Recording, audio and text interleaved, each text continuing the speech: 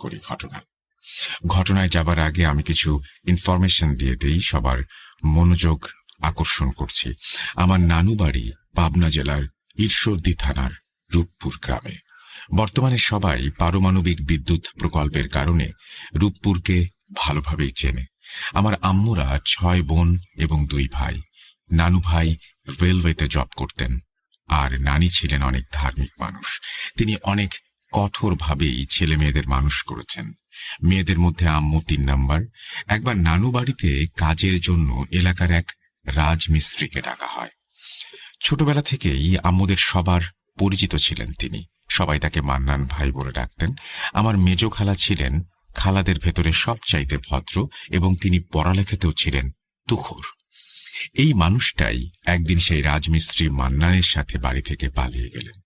কেউ আসলে কোনোভাবেই বিষয়টা মেনে নিতে পারেননি। তখন নানু ভাই আমার মেজ খালাকে রীতিমতো ত্যায্যই করে দিয়েছিলেন। খালামণির প্রথম বাচ্চা হওয়ার পরে নানু তাকে মাফ করে দিয়েছিলেন। খালামণির একটা মেয়ে হয়, নাম রাখা হয় মিশু, এবং কিছুদিন পরে মান্নান খালুর একটা চাকরিও হয়ে যায় রেলওয়েতে। আমি মিশু আপুর থেকে 2.5 বছরের ছোট। আমি নানুর প্রথম নাতি, তাই আমার আদর একটু বেশি। কিন্তু খালাতো ভাই বোনদের ভেতরে আমি 3 নাম্বার।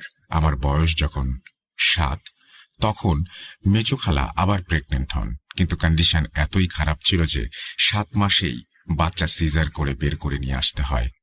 সিজারের সময় তিনি মান্নান খালুকে চয়েস দেন যে কোনো একজনকে বাঁচাতে পারবেন। খালু বললেন সন্তান হেরে যাক, বাচ্চার মা যেন ঠিক থাকে। কথা শুনে নানি অনেক ক্ষেপে গিয়েছিলেন। তিনি বলেছিলেন আল্লাহ চাইলে দুজনই বাঁচবে। এভাবে আমি আমার প্রথম নাতিকে মারতে দেব না। আল্লাহর রহমতে দুজনই বেঁচে যান।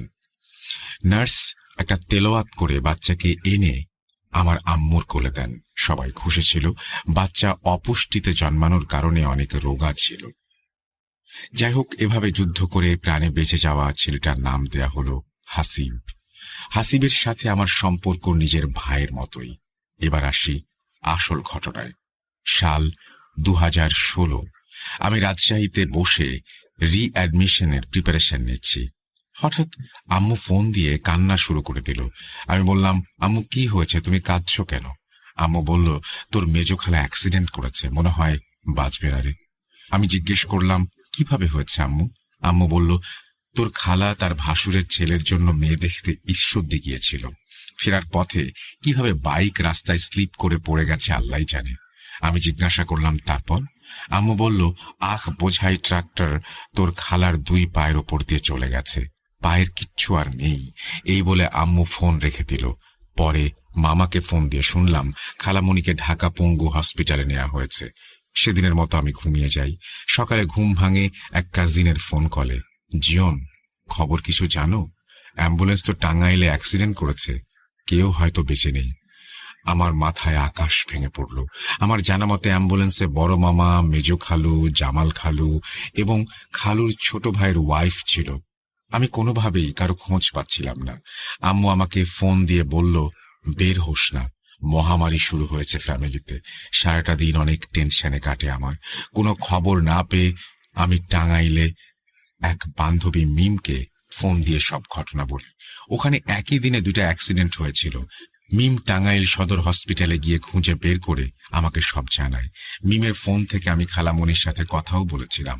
গাড়ির ড্রাইভার, হেল্পার স্পটেই মারা যায়। আল্লাহর রহমতে বাড়ির মানুষদের ইনজুরি হলেও তারা প্রাণে বেঁচে যায়। যাই হোক, প্রায় 30টা অপারেশন করার পরে খালামণি তার পা ফিরে পান। সবাইকে বলে রাখি, এই অ্যাক্সিডেন্টের বিষয়টা একটু মাথায় রাখবেন। এর পরে রহস্য উদ্ঘাটন হবে। অ্যাক্সিডেন্টের ঠিক 6 মাসের মাথায় ঘটনা শুরু হয়। তখন আমি ঢাকা সেটেল হওয়ার প্রিপারেশন নিচ্ছি। আম্মু ফোন দিয়ে বলে, বাবু জানিস হাসিবের সাথে কি হচ্ছে? ওর দরজার সামনে কে যেন 4টা ডিমের ভেতরে 8টা গোলাপ ফুল পুঁতে দিয়ে গেছে। আবার বাড়িতে আরবি লেখা উঠে যাচ্ছে। হাসিবের খাবারের প্লেট, মগ কোনো কিছুতেই বাদ থাকছে না। এমনকি ও রুটি খেতে গেলেও ওর রুটিতে আরবি লেখা উঠে যাচ্ছে। এগুলো শোনার পরে আমি আম্মুকে বললাম, আম্মু কাউকে বলো এগুলো ছবি তুলে রাখতে, আর আমি ঢাকা যাবার কয়েকদিন পরে যাব হাসিবের সাথে দেখা করতে। আম্মু বলল, তোর আসতে হবে না, এই বলে ফোন রেখে দিল। আমি ঢাকা আসার পর তার কয়েকদিনের মাথায় নানু বাড়ি চলে গেলাম। নানু বাড়ি থেকে মেজো খালার বাড়ি মাত্র 2 থেকে 3 মিনিটের পথ। আমি ব্যাগ রেখেই দৌড় দিলাম খালামণির বাসায়। গিয়ে দেখি দেয়ালে দেয়ালে আরবি লেখা, সাথে ভাঙা ভাঙা হাতে বাংলাও লেখা। এরপরে আমি খালুর থেকে যা শুনলাম, বলছেন মান্নান খালু, হাসিবকে ওরা পড়তে দিচ্ছে না, খেতে দিচ্ছে না, হাতে বই ধরলে হাসিব চিৎকার করে অজ্ঞান হয়ে যাচ্ছে, বাড়ির বাইরে যেতে দেয় না। এক কবিরাজের কাছে নিয়ে গিয়েছিলাম, তার জিনিসে কোনো কাজই হলো না। পরে এক মওলানাকে ডেকে এনে বাড়ি বন্ধ করে নিলাম, আর হাসিব যেন চোখে ওদের না দেখে সেই ব্যবস্থা নিলাম। আমি খালুকে জিজ্ঞেস করলাম, খালু ওরা কারা? জিন। কতজন ওরা? জানি না। এই বলে বাজারে চলে গেল। আমি রুমে ঢুকে দেখি মিশু আপু হাসিফকে নিয়ে শুয়ে আছে, আর রুমের ভেতরে 7 জন মানুষ বসা, যারা সবাই বাড়িরই মানুষ। বাড়িতে ঢোকার পরে আমি একটা জিনিস খেয়াল করলাম যে রুমগুলোর ভেতরের পরিবেশ অনেক ভারী, কেমন যেন শরীরে শক্তি পাচ্ছি না। তাই আমিও হাসিবের পাশে শুয়ে পড়লাম। কিছুক্ষণ পরে দেখলাম হাসিবের শরীর কেমন যেন শক্ত হয়ে গেল, আর ওকে কে যেন চুল ধরে টেনে তুলে দিচ্ছে। এটা দেখে আমি আর মিশু আপু হাসিবের শরীরে হাত দিতেই হাসিব ও মাগো বলে অজ্ঞান হয়ে যায়। খালুকে ফোন দিতেই খালু আরেক কবিরাজ নিয়ে আসলেন। হাসিবের জ্ঞান ফিরল। কবিরাজ চলে যাবার সাথে সাথেই শুরু হলো আরেক অত্যাচার। হাসিবের বই, খাতা এবং জামা কাপড়ে আগুন ধরা শুরু হয়ে গেল। আমি আর জহির মামা অনেক দৌড়াদৌড়ি করে সেই আগুন কোনোভাবে নেভানোর পরে খালামণিকে বললাম, বাড়িতে এমন কিছু রেখো না যাতে আগুন ধরানো যায়। এসব বলে আমি নানু বাড়ি চলে আসলাম। পরের দিন সকালের ঘটনা, ছোট মামা গেছে হাসিবের খোঁজ নিতে। যাওয়ার পরে মামা দরজার বাইরে দাঁড়িয়ে অনেক ডাকাডাকি করে, কিন্তু কেউ দরজা খোলে না। একসময় মামা খেয়াল করেন যে মেইন গেটে তালা মারা, বাড়িতে কেউ নেই। তাহলে টিউবওয়েল থেকে পানি তুলছে কে? এত মানুষের কথাই বা শোনা যাচ্ছে কিভাবে? আমরা হাটে গেলে বা বাজারে গেলে যেমন অনেক মানুষের একটা শব্দ পাই, ঠিক সেই রকমের শব্দ। মামা দরজার বাইরে দাঁড়িয়ে খালামণিকে ফোন দেয়। খালামণি ফোনের ওপাশ থেকে বলেন, আমি তো হাসিফকে নিয়ে কুষ্টিয়া আসছি এক কবিরাজের কাছে, বাড়িতে কেউ নেই। মামা এসব শুনে তাড়াতাড়ি এখান থেকে চলে আসে। বিকালে আমি খালামণির সাথে দেখা করতে গেলে খালামণি যেটা আমাকে বলেন, কবিরাজ আমাদেরকে সব দেখিয়ে দিয়েছেন। এক গামলায় পানি নিয়ে তিনি দোয়া পড়ে ফুঁ দিলেন, আর সব দৃশ্যমান হয়ে গেল। হাসিফকে বান মারা হয়েছে, আর ওকে পড়াশোনা করতে দেবে না বলেই এর সাথে হাসিবের বাইরেও বেরোতে পারবে না। কিন্তু ওই কবিরাজ এটার কোনো চিকিৎসা করতে পারবেন না, কারণ তিনি এত শক্তিশালী নন। এসব শোনার পরে মনটা অনেক খারাপ হয়ে যায় আমার। হাসিব অনেক ভালো স্টুডেন্ট, আর সামনেই জেএসসি এক্সাম দিবে। পড়তে না পারলে তো বিপদ। এরপরে রিজভি হুজুরকে ডাকা হয়। তিনি একজন বিহারি হুজুর। তিনি বাড়িতে ঢুকেই বলেন, এ বাড়িতে অনেক জিন চালান করা আছে এবং তিনি এদের সাথে পেরে উঠবেন না। তবে তার উস্তাদ নাসিম হুজুর পারবেন। তার উস্তাদের বাড়ি দিনাজপুরে। তাকে খবর পাঠানো হলো। তিনি 3 দিনের মাথায় 4 জন সহকারী নিয়ে আসলেন খালামণির বাড়িতে। হুজুর কাজ করার আগে একজন তুলারাশির লোক চাইলেন, যিনি হবেন পরিবারের কেউ। এখানে একমাত্র মিশু আপু ছিল তুলারাশি। আপু সে সময় বরিশালের শহীদ আব্দুর রব টেক্সটাইল ইঞ্জিনিয়ারিং কলেজে পড়াশোনা করতেন। সবার অমত উপেক্ষা করেই মান্নান খালু আপুকে নিয়ে হুজুরের সাথে আসেন। আসনে বসেন। আসনে আপুর সাথে আরো একজন হাফেজ ছিল। হুজুর আপুকে বলে দিলেন, ভয় পেও না, অনেক কিছু তুমি দেখবে, সেগুলো মনে রাখবে, আর বাইরের কাউকে কিছু বলবে না। হুজুরের দোয়া পড়া শুরু হলো। 5 থেকে 7 মিনিট পর আপু কেঁপে কেঁপে উঠতে দেখে নাসিম হুজুর জিজ্ঞেস করলেন, তুমি কি দেখছো কিছু? আপু বলল, আমি দেখছি অসংখ্য মানুষের মতো, কিন্তু মানুষ না। হুজুর বললেন, দেখো তো এমন কেউ আছে কি না যে দেখতে বানরের মতো কিন্তু হাত পা মানুষের মতো? আপু বলল, জি হুজুর, এমন অনেকে আছে। হুজুর বললেন, গুনে দেখো। আপু গুনে বললেন, 1000-এর মতো হবে। এবার হুজুরের কপালে চিন্তার ভাঁজ দেখা গেল। আমাদের পরিবারে 20-25 জন সদস্য উপস্থিত ছিলেন সেখানে। হুজুর গম্ভীর গলায় বললেন, এখানে কয়েক লক্ষ জিনের বসবাস। আসলে কি সব চালান করা? আমি যা দেখছি তাতে তো কিছু জিন এখানে কয়েক শত বছর ধরে এই ভিটা বাড়িতেই বাস করছে। কথা শেষ করে তিনি কাজে মন দিলেন। বাকি বিষয়গুলো মিশু আপুর কাছ থেকে শোনা।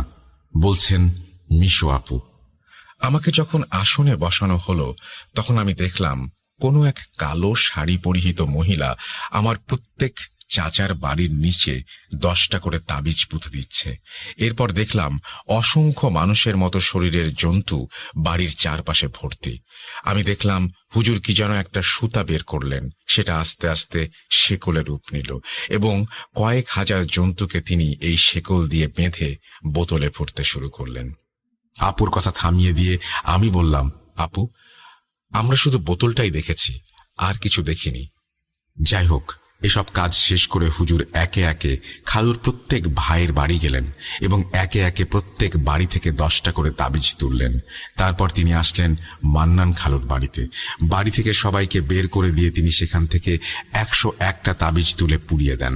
এরপর তিনি বাড়ি বন্ধ করেন, আর কিছু পানি তেল পড়ে দিলেও বলেন এগুলো যেন হাসিব ও মিশু আপুকে খাওয়ানো হয়।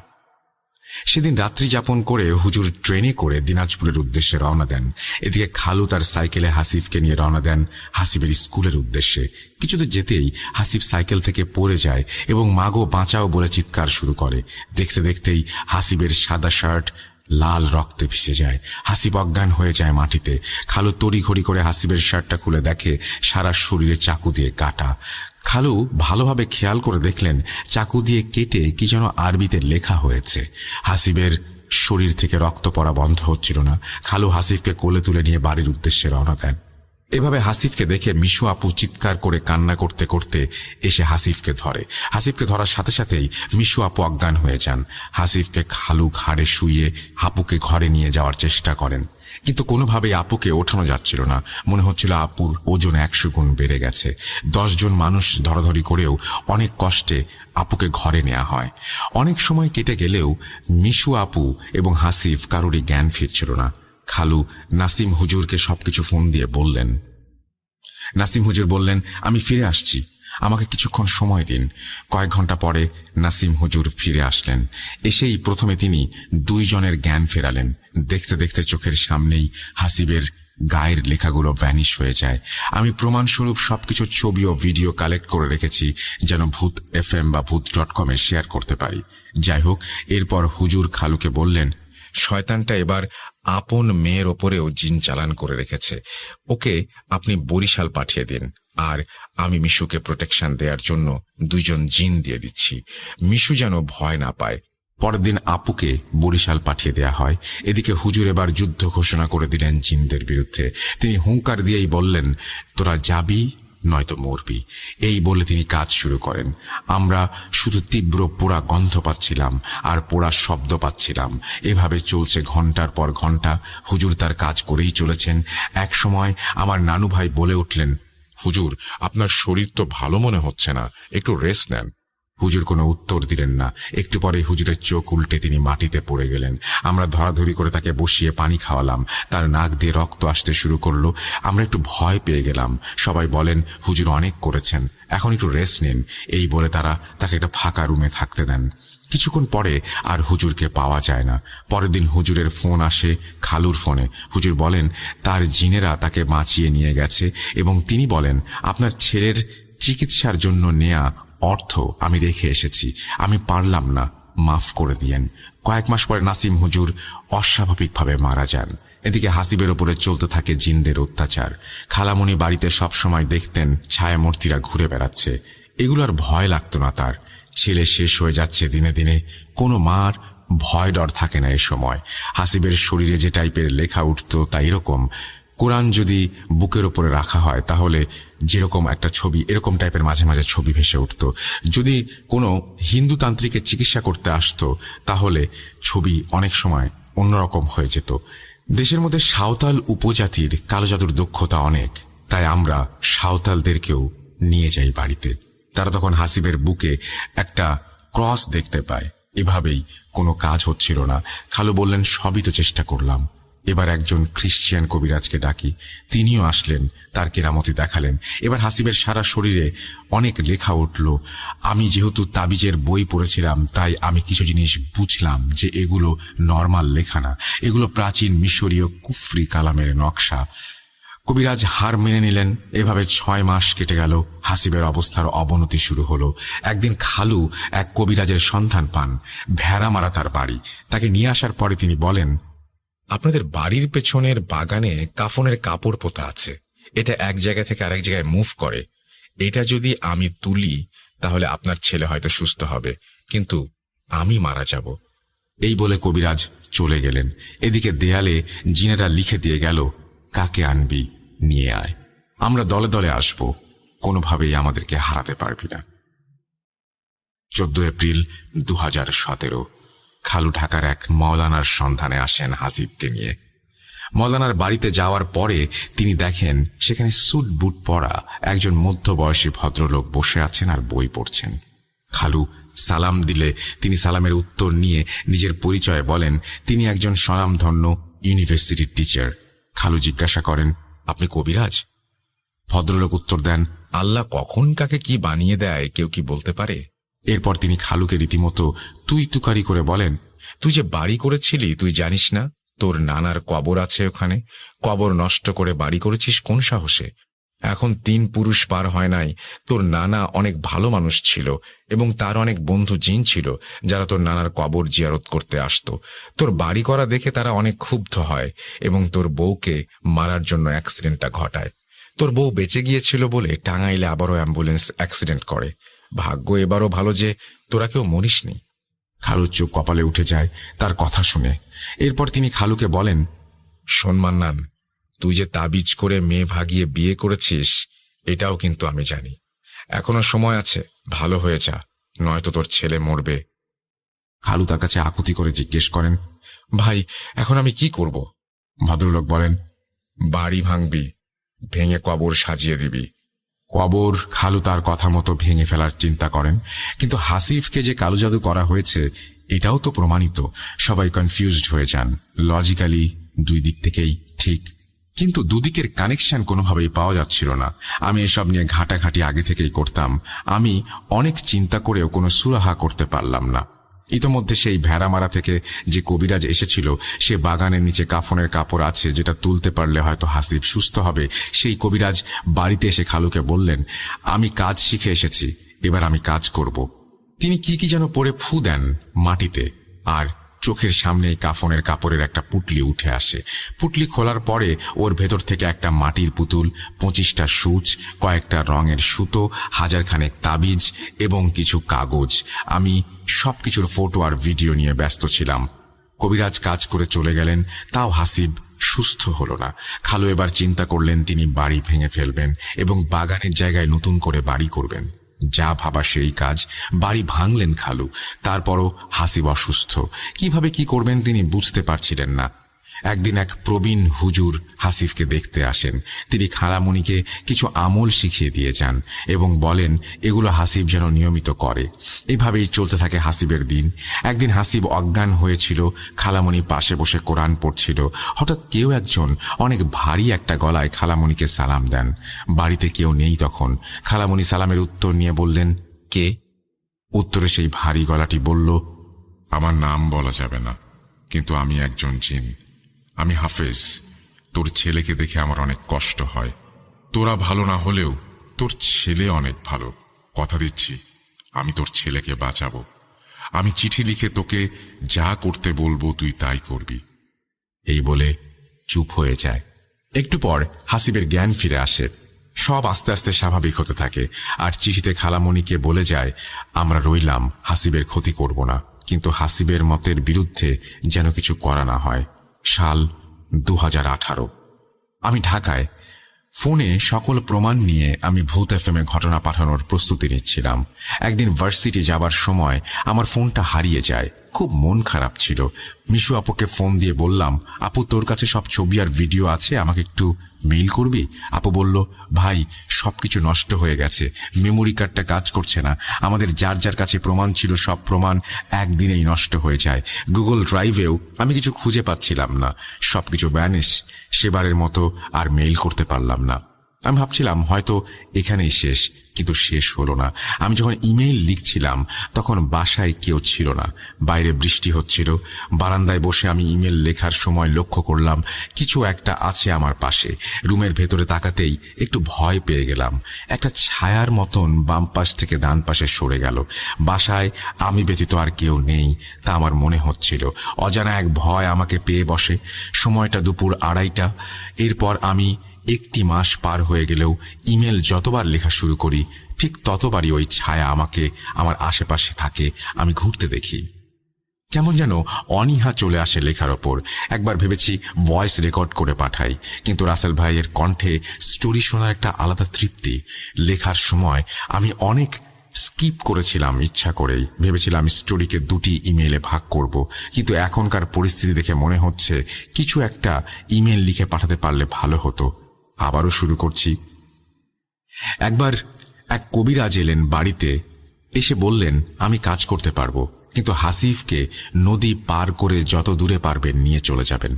খালামণি আর খালু 7-5 না ভেবেই হাসিফকে নিয়ে নীলফামারী হাসিবের এক চাচার বাসায় গেলেন এবং হাসিবের সাথে খালামণিকে রেখে আসলেন। নীলফামারী 7 দিন থাকার পর কবিরাজ বললেন ওখান থেকে হাসিবকে অন্য কোথাও নিয়ে যেতে। হাসিবের খোঁজ নাকি জিনেরা পেয়ে গেছে। সে সময় আব্বুর পোস্টিং ছিল নওগাঁ জেলার বাদলগাছিতে। হাসিবকে নিয়ে খালামণি আর খালু এবার আসলেন বাদলগাছি।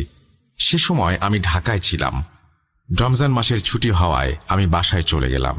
একটু আনন্দ হচ্ছিল যে হাসিব আছে বাসায় এই ভেবে। হাসিবের বদলগাছে আসার 6 দিন হয়ে গেছে। 6 দিন ছেলেটা বাড়ির বাইরে বের হয়নি। আমি বাসায় গিয়ে পরের দিন বিকেলে হাসিবকে নিয়ে ইফতার কিনতে বের হলাম। হাসিব অনেক খুশি হলো বাইরে যেতে পেরে। হঠাৎই হাসিব কেমন যেন চুপচাপ হয়ে গেল। আমাকে বলল ভাইয়া তাড়াতাড়ি বাসায় চলো। আমি জিজ্ঞাসা করলাম কি হয়েছে বলতো আমাকে। এই তো বেশ খুশিই ছিলি। হাসিব বলল আমার পেছনে পেছনে কেউ আসছে ভাইয়া, মনে হচ্ছে আমাকে ধরবে। এসব শোনার পর আমি জলদি বাসায় চলে গেলাম এবং সবাইকে ডেকে সাবধান করলাম। আমার আম্মু একটু ভীতু মানুষ, তিনি একটু ভয় পেয়ে গেলেন। মাগরিবের পরে ইফতার শেষ করে আমি ক্লান্তিতে মেঝেতে শুয়ে পড়ি। হাসিব আমার সাথে ফাজলামি করছিল। হুট করে হাসিব জ্ঞান হারায়। আবারও সেই লেখাগুলো হাসিবের শরীরে উঠে গেছে। সারা বাড়ি আতরের কড়া গন্ধে ভরে গেছে। এতই কড়া গন্ধ যে আমার কেমন যেন তিতা লাগছিল মুখের মধ্যে। অজ্ঞান অবস্থায় হাসিবের খিচুনি শুরু হয়ে যায়। কোনো উপায় না দেখে আব্বু বাড়িওয়ালা আঙ্কেলকে ডাকেন। বাড়িওয়ালা আঙ্কেল সহ যারা বাসায় থাকে সবাই আমাদের ফ্ল্যাটে চলে আসে। তারা এসব দেখে হকচকিয়ে যায়। এগুলোও কি সম্ভব? স্পষ্ট গায়ে লেখা দেখা যাচ্ছিল। সদ্য কেউ ছুরি দিয়ে কেটে যেন নকশা করে দিয়ে গেছে। পাশের মসজিদ থেকে ইমাম সাহেবকে ডাকা হলো। তিনি বাসায় আসলেন। এসে তিনি হাসিবের রুমের দরজার কাছে এসে থেমে গেলেন। এরপর মাথা নিচু করে বললেন মাফ করেন, আমার দ্বারা সম্ভব না, এই বলে চলে গেলেন। এদিকে হাসিবের কোনো জ্ঞান নেই। প্রায় 1 ঘন্টা মুখ দিয়ে ফেনা বের হচ্ছে হাসিবের। কিছু না পেয়ে আমি সালাম হুজুরকে ফোন দেই। সালাম হুজুর হলো তিনি যিনি আমাকে তাবিজ দিয়েছিলেন আমার সমস্যা দূর করতে। উনি সবকিছু শুনে পরে বললেন রুমের সব লাইট অফ করো, তারপর জানালার পর্দাগুলো নামিয়ে দিয়ে সবাই রুমের বাইরে চলে যাও। আর হ্যাঁ, বিছানা নিচে 1 গ্লাস পানি রেখে দাও। আমি ফোন না দেয়া অবধি কেউ রুমে ঢুকবে না। এই বলে হুজুর ফোন রেখে দিলেন। আমরা সবাই হুজুরের কথা মতো কাজগুলো করে রুম থেকে বেরিয়ে আসলাম। 10 মিনিট পরে হুজুরের কল আসলো। বলল রুমে যাও জিয়ন, গিয়ে পানির গ্লাসটা তুলে 2 বারে হাসিবকে খাওয়াও। আর আমার বন্ধু জিনেরা ওদের অনেক দূরে তাড়িয়ে দিয়ে এসেছে, কিন্তু ওরা আবার আসবে, সাবধানে থেকো। এই বলে ফোন রেখে দিলেন হুজুর। আমি রুমের লাইট জ্বালিয়ে দেখি পুরো রুম ধোঁয়াটে কুয়াশায় ভরা, সাথে কড়া আগরবাতির গন্ধ। বিছানা থেকে হাসিব আমাকে ডাকছে, ভাইয়া, জিয়ন ভাইয়া, আমি পানি খাবো, আমাকে পানি দাও। আমি হুজুরের দেয়া পানিটুকু হাসিবকে 2 বারে খাইয়ে দেই। সেদিন রাতে আরো 2 বার হাসিব এমন হয়েছিল। আরো অনেক কিছু আছে যেগুলো বলতে গেলে ইমেল অনেক বড় হয়ে যাবে। সাল 2020। এই কয়েক বছরে মিশু আপুর বিয়ে হয়েছে, অনেক কিছুর পরিবর্তন হয়েছে। খালু পুরাতন বাড়ি ভেঙে নতুন বাড়ি করেছেন পাশেই। একদিনের ঘটনা, আমি বাসার ছাদে উঠে দেখি আমার কাজিন মিম আর আমার বোন ইরানা কোনো একটা বিষয় নিয়ে অনেক হাসাহাসি করছে। জিজ্ঞাসা করতেই প্রথমে বলতে না চাইলেও মিম আমাকে বলল, ভাইয়া, হাসিব তো আমার বান্ধবীর প্রেমে পড়েছে। ওই যে আমার বেস্ট ফ্রেন্ড, কুষ্টিয়ায় বাসা, ফেসবুকে আলাপ হয়েছে হয়তো, তারপর প্রেম। আমি জানি মেয়েটা ভালো না, এসব যদি কেউ জানতে পারে হাসিবকে সবাই প্রচুর বকাবকি করবে। এগুলো চিন্তা করে একটু টেনশন হচ্ছিল। পরের দিন নানু বাড়ি যাবার কথা আমার, তাই ভাবলাম গিয়েই আগে হাসিবকে জিজ্ঞেস করব এই ব্যাপারটা। পরদিন সকাল 6টায় মেজ খালামণির ফোন কলে আমার ঘুম ভাঙে। খালামণি আমাকে বলেন, জিয়ন, তুমি যা জেনেছ আর কাউকে তা বলো না। তোমার নামে একটা চিঠি এসেছে, তাড়াতাড়ি আমার বাসায় এসো। বিকেলে আমি নানু বাড়ি গিয়ে দেখি মেজ খালা আমার জন্য বসে আছে। আমাকে দেখতেই আমার হাত ধরে আমাকে মাঠের মধ্যে নিয়ে গিয়ে একটা চিঠি দেন আমার হাতে, একটা সিলগালা করা চিঠি। এটা শুধু নাকি আমিই পড়তে পারবো। চিঠিটার সারাংশটা ছিল ঠিক এমন: আমি হাসিবকে খারাপ পথে যেতে দেব না। হাসিব যে মেয়ের পাল্লায় পড়েছে সে একটা শয়তান মেয়ে, হাসিবের সব শেষ করে দেবে। জিয়ন, তুই হাসিবকে বুঝাবি, ও কারো কথা না শুনলেও তোর কথা শুনবে, তোকে পারতেই হবে। চিঠিটা খালামণিকে ফেরত দিয়ে আমি বললাম, হাসিব কোথায়? খালামণি বলল, খেলতে গেছে। আমি বললাম, আসলে বলবেন আমি নানু বাড়ি এসেছি, ও যেন অবশ্যই আমার সাথে দেখা করে। মাগরিবের পরে আমি হাসিবের সাথে বাজারে গেলাম চা খেতে। তখন একটু লজ্জা নিয়েই হাসিবকে বললাম, হাসিব, তুই প্রেম করছিস?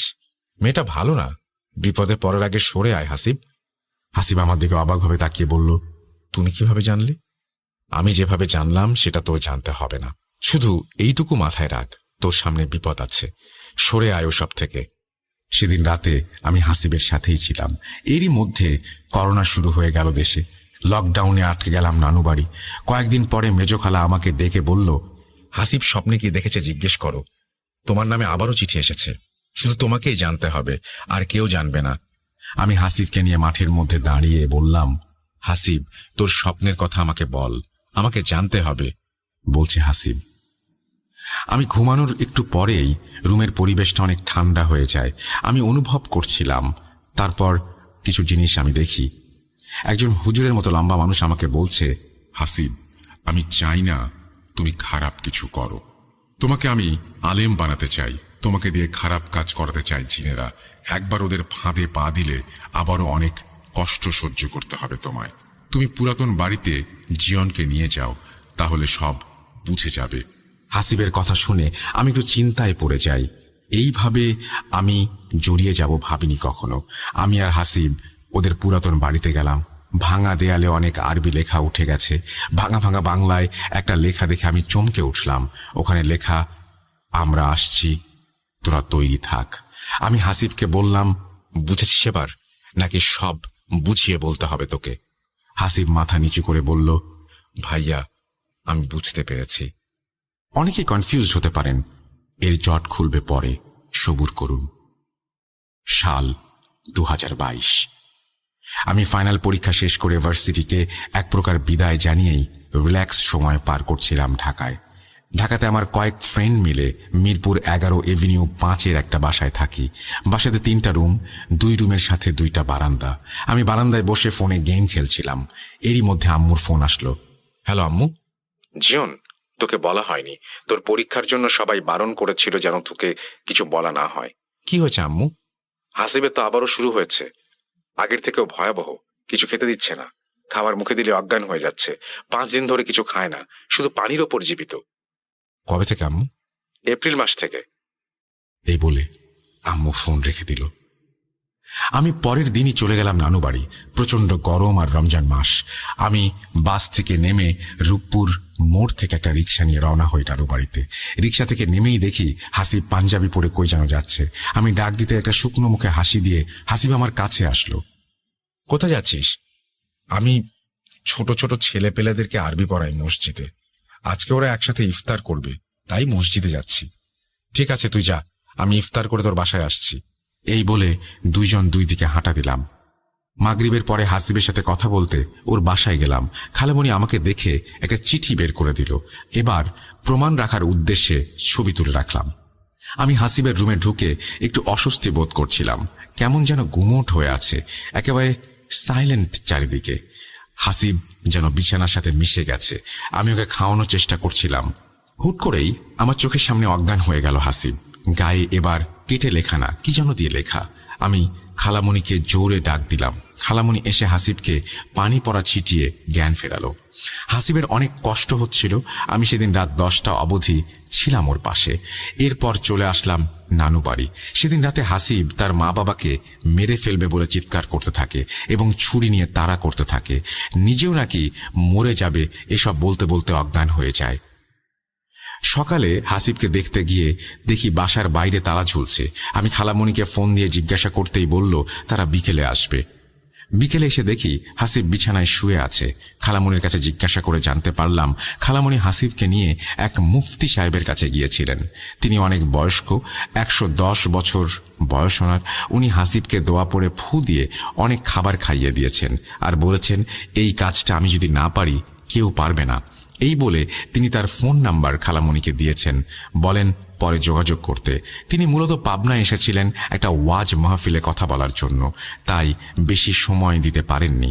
বাসায় যখন খালামণি ফিরে আসলেন তখন গেট খুলে ভেতরে পা দিতেই হাসিব অজ্ঞান হয়ে যায় আর একটা চিঠি খালামণির হাতে কে যেন দিয়ে যায়। খালামণি হাসিবের জ্ঞান ফিরিয়ে চিঠিটা খুলে পড়েন। চিঠির সারাংশ ছিল এই রকম, এই চিঠিটা মুফতি সাহেবকে দিস। যত বড়ই মুফতি হোক না কেন আমার সাথে পারবে না। আমার লেখা দেখলেই সে বুঝবে আমি কে। যা কি করার করবি করে নিস। সবকিছু শুনে আমি টেনশনে পড়ে যাই। আমার মাথায় তখন ভূত.com-এর আরিফ ভাইয়ের কথা মাথায় আসে। ওনাকে তো কালো জাদু করা হয়েছিল।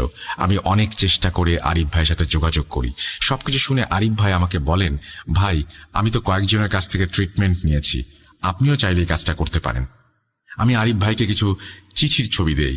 এরপর একবার সাবিত আলম ভাইয়ের সাথে যোগাযোগ করেছিলাম, কিছু ছবি আমি তাকে পাঠিয়েছিলাম। ঘটনাটা শেয়ার করার জন্য আরিফ ভাই এবং সাবিত ভাই আমাকে বলেছিলেন।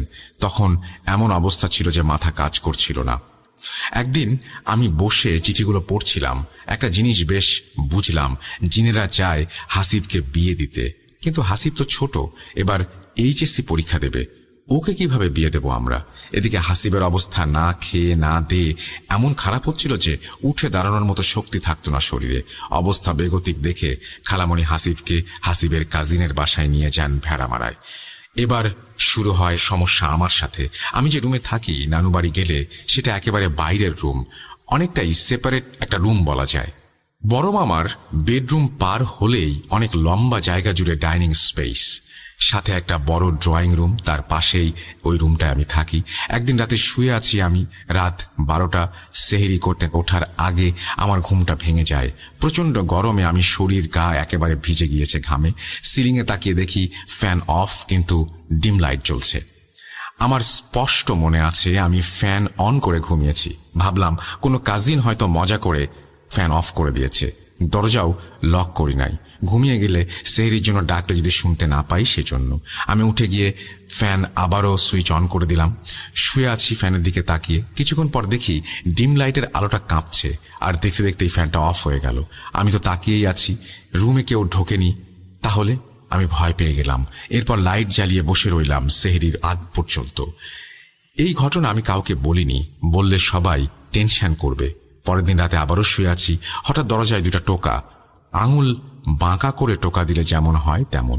আমি উঠে গিয়ে ডাইনিং স্পেস দিয়ে সব চেক করে আবারও আসলাম, দেখলাম কেউ নেই। মামা তো রুম লক করে ঘুমায়, ওপাশ থেকে তো কেউ আসবে না। আমি আবারও গিয়ে শুলাম বিছানায়। কিছুক্ষণ পর আবারও দরজায় 2টা নক। এরপর মনে হলো 2-3 জন একসাথে নক করছে। আমি অনেক ভয় পেয়ে যাই। এবার আমি আম্মুকে ফোন দেই এবং এই রুমে আসতে বলি। আম্মু এসে জিজ্ঞাসা করলে আমি বলি কিছু হয় নাই। আম্মু আমাকে আর এই রুমে থাকতে দিল না, আমাকে সাথে করে নিয়ে চলে গেল অন্য রুমে। আম্মু আর আমি এক বিছানাতেই থাকলাম সে রাতে। পরের দিন আম্মুকে বললাম যে আমার সাথে কি কি হয়েছে। আম্মু আমাকে বললেন হাসিবের বিষয় নিয়ে কম ঘাটাঘাটি করতে। আরেকদিনের ঘটনা বলি। প্রচন্ড গরমে লোডশেডিং হচ্ছে।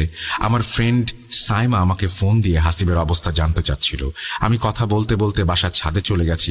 কথা বলতে বলতে একসময় আমি খেয়াল করি ছাদের একদম কোনায় কিছু একটা দাঁড়ানো। আমি ডাক দিলাম, কে ওখানে? উত্তর আসলো, ভাইয়া আমি কে, সামনে আয় তো। কাছে আসতে আমি তার চেহারা দেখে অজ্ঞান হয়ে যাওয়ার মতো অবস্থা। এ তো হাসিব, চাঁদের আলোয় স্পষ্ট দেখা যাচ্ছে, কিন্তু হাসিব তো ভেড়া মারায়, ও এখানে আসবে কিভাবে? আমি কিছু না ভেবে পেছন ফিরে ছাদ থেকে নেমে চলে আসি। ছাদের দরজা লক করে সিঁড়িতে বসে পড়ি আর ভাবতে থাকি আমার সাথে কি শুরু হলো। এমন আরো অনেক ঘটনা ফ্যামিলির অনেকের সাথে ঘটতে থাকে। এর ঠিক 2 দিন পরে হাসিবকে বাসায় নিয়ে আসা হয়। কয়েকদিনে হাসিব একটু সুস্থ হয়েছে। দিনটা ছিল শুক্রবার রাত। হঠাৎ খালু আর খালামণি হাসিবকে নিয়ে নানু বাড়ি আসলো। আমি জিজ্ঞাসা করলাম, কি হয়েছে? হাসিব বলল, কোনো একজন কবিরাজের সন্ধান পেয়েছেন তারা, টঙ্গীতে নিয়ে যাবে। কিন্তু হাসিব আমাকে সঙ্গে নিয়ে যেতে চায়। রমজান মাস, আমার শরীরও খুব একটা ভালো যাচ্ছিল না।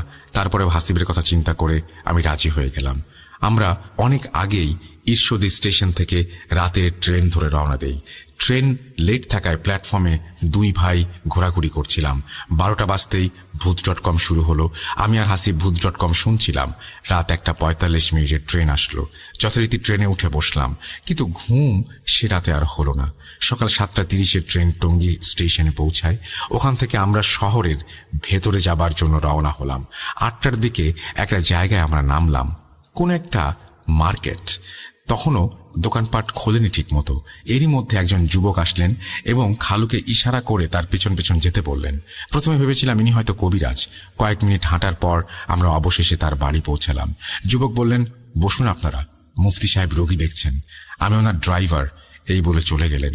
কিছুক্ষণ পর সেই যুবক এসে বললেন, চলুন, হুজুর ডাকছেন আপনাদের। হুজুরের রুমে ঢুকতেই দেখলাম একজন মধ্যবয়স্ক মানুষ, পরনে তার জব্বা, বাবরি চুল, মাথায় একটা টুপি।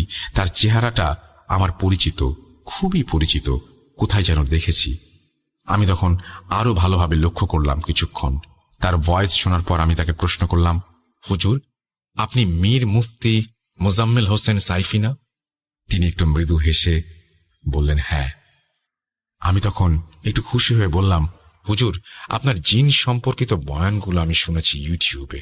যাই হোক, কথাবার্তা শেষ করে হুজুর খালুর দিকে তাকিয়ে একটু বিরক্ত হলেন এবং রাগান্বিত কণ্ঠে বললেন, আপনার তো ঈমান ঠিক নেই, আপনি কি করে শরীক হবেন? মান্নান খালু তখন হুজুরের সাথে তর্কে জড়িয়ে পড়লেন। একসময় হুজুর বলেই বসলেন, আমার হাত কিন্তু বেশি চলে, আর একটা কথা বলবেন না। খালু চুপ হয়ে বসলেন। হুজুরের হাতে খালু তখন চিঠি ভর্তি ব্যাগটা দিলেন, জিনেদের চিঠি লেখা। হুজুর প্রশ্ন করলেন, আচ্ছা, আপনারা এত শিওর কিভাবে যে চিঠিগুলো জিনেরাই লেখে? কোনো মানুষও তো লিখে ফেলে দিয়ে যেতে পারে। তখন আমি বললাম, হুজুর, আপনি ধরুন আপনি চোখের পলক ফেললেন আর দেখলেন আপনার সামনে একটা চিঠি, এটা মানুষের পক্ষে কি সম্ভব? হুজুর চিঠিগুলো পড়লেন। এবার হুজুর তার ড্রাইভারকে ডাক দিয়ে বললেন, 1 গামলা পানি নিয়ে আসো। পানি নিয়ে আসলে হুজুর তাতে ফু দিয়ে চিঠিগুলো ডুবিয়ে রাখলেন। এরপর তিনি বললেন, এগুলো নষ্ট হতে 5 দিন সময় লাগবে, থাকুক এগুলো এখানে। এরপর তিনি হাসিবকে আসনে বসালেন এবং হাসিবের 2 হাতের মধ্যে লবণ দিয়ে বললেন, তুমি এই লবণগুলো মুঠো করে ধরে রাখবা। আর আমাকে আর খালুকে বললেন, আমরা যেন হাসিবের 2 হাত ধরি, কারণ তিনি হাসিবের উপর চালান করা জিনদের ডাকবেন। আমি হুজুরকে বললাম, হুজুর, ওরা তো হাজির হয় না। হুজুর বললেন, আল্লাহর কালামের ওপরে কিছু নেই, আমি দেখতে চাই ওরা কতটা শক্তিশালী। হুজুর হাসিবকে বললেন, হাসিব, চোখ বন্ধ করো, আর কিছু দেখলে ভয় পেও না। এই বলে হুজুর রুকায়া শুরু করলেন। রুকায়ার শব্দে যেন ঘর কেঁপে কেঁপে উঠছিল। ভয়ানক শব্দ শোনাচ্ছিল সেই রুকিয়া। 45 মিনিট রুকায়া করার পর হাসিবের শরীর কেঁপে কেঁপে উঠছিল, 2 হাত ছুটে যাচ্ছিল। হুজুর আমাকে ইশারায় জিজ্ঞেস করলেন, হাসিবের হাত ছুটে যাচ্ছে কিনা। আমি ইশারায় উত্তর দিলাম, জি হুজুর। এবার হাসিবের হাত ছেড়ে দিলাম আমরা। হুজুর হাসিবকে বললেন, হাসিব, তুমি চোখে কি দেখছো? হাসিব বলল, ও চোখে কিছুই দেখেনি, কিন্তু ওর চোখে রক্তের ফোঁটা পড়ছে এবং কালো অবয়ব নাই, ডান দিক থেকে বাম দিকে, বাম দিক থেকে ডান দিকে ছুটাছুটি করছে। এটা সেই কালো জাদু যেটা আমাদের নবীজিকে করা হয়েছিল। এই জিন হাসিবের বুকের মাঝখানে গিট মারা আছে। এমন ভাবে জিনটিকে গিট মারা আছে যে হাসিবের মৃত্যু না হওয়া অবধি সে শরীর থেকে বেরোবে না। তিনি আরো বলেন, এরা কয়েক দলে বিভক্ত, দলনেতার নির্দেশ না পাওয়া অবধি এরা কোনো ক্ষতি করবে না। এবার খালু বললেন, হুজুর, আপনাকে আমার বাড়িতে যেতে হবে, না হলে আপনি অনেক কিছু বুঝবেন না। হুজুর বললেন, হ্যাঁ, আমাকে তো যেতেই হবে, কিন্তু আমি কবে যাব সেটা আপনাদের বলবো না। হুজুর দেশের প্রায় সব জায়গাতেই ওয়াজ মাহফিল করেন, তাই প্রায় সকল এলাকায় তার পরিচিত। হুজুর বললেন, তার কাছে আসার খবরটা যেন কারোর সাথে শেয়ার না করা হয়। তার সাথে ফোনে কথা বললেও যেন বাড়ি থেকে অনেক দূরে গিয়ে কথা বলা হয়। এই বলে হুজুর একটু পাশের রুমে গেলেন। আমি হুজুরের পেছন পেছন গিয়ে হুজুরকে বললাম, হুজুর, আপনাকে আমার কিছু বলার আছে। হুজুর বসতে বললেন আমাকে। তারপর আমি বলা শুরু করলাম। আমার ছোট খালু ছোটবেলা থেকেই কুফরি কালাম আর কালো জাদুতে অনেক বিলিভ করেন। তিনি একসময় কালো জাদু করে এমন একজন মানুষের শাগরেদ ছিলেন। তিনি হাসিবের চিকিৎসা করার আশায় অনেক কালো জাদুকরের সাহায্য নিয়েছেন। হাসিব তো সুস্থ হয়ই নাই, উল্টো জিনটা শক্তিশালী হয়ে গেছে দিনে দিনে। আমার ভাইটাকে বাঁচান হুজুর, হাসিব ওর বাবার মতো না, ও অনেক ভালো। হুজুর এবার ভ্রু কুঁচকে আমাকে বললেন, আমি তাহলে কোন ভরসায় তোমার খালার বাসায় যাব? আমি যা বলবো তা যদি ওরা না মানে তাহলে তো কাজ হবে না। তখন মানুষ বলবে আমি ভণ্ড। আমার একটা সম্মান আছে এই সমাজে। হুজুর, আপনি খালামণির বাসায় যাওয়া অবধি আমি থাকব, ভরসা দিচ্ছি, তাও আপনি না করবেন না। এরপর হুজুরকে হাদিয়া দিয়ে আমরা বিদায় নিয়ে আসলাম সেখান থেকে। এর মধ্যে কিছু চিঠি খালামণির হাতে আসে। সারাংশ এই ছিল, আমরা হার মানব না কিছুতেই। বুধবার সকালে হুজুর আসলেন, সঙ্গে করে 2জন ছাত্র নিয়ে আসছেন তিনি। হুজুর আগেই বলে রেখেছিলেন যেন 40 দিনের পানি খাবারের ব্যবস্থা করে রাখি।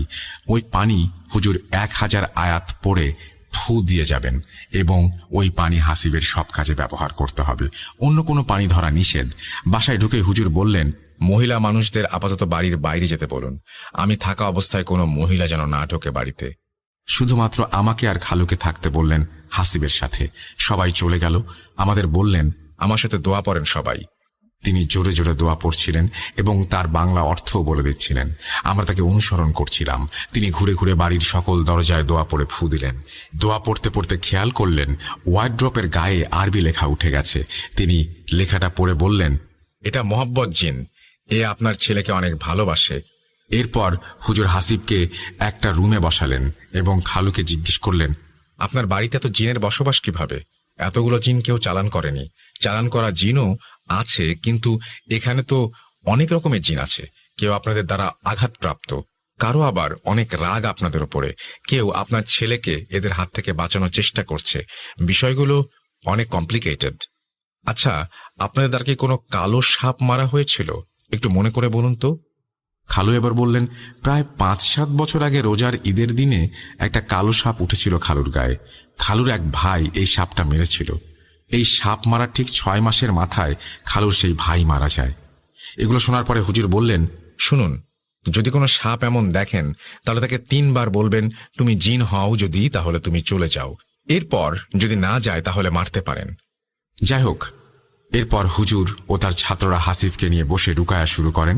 হাসিবের পাশে আমি বসা। হুজুর হাসিবকে বললেন, তুমি অনেক ভয়ানক কিছু দেখতে পারো, কিন্তু ভয় পেও না। এরপর হাসিবের চোখ বন্ধ করতে বললেন হুজুর।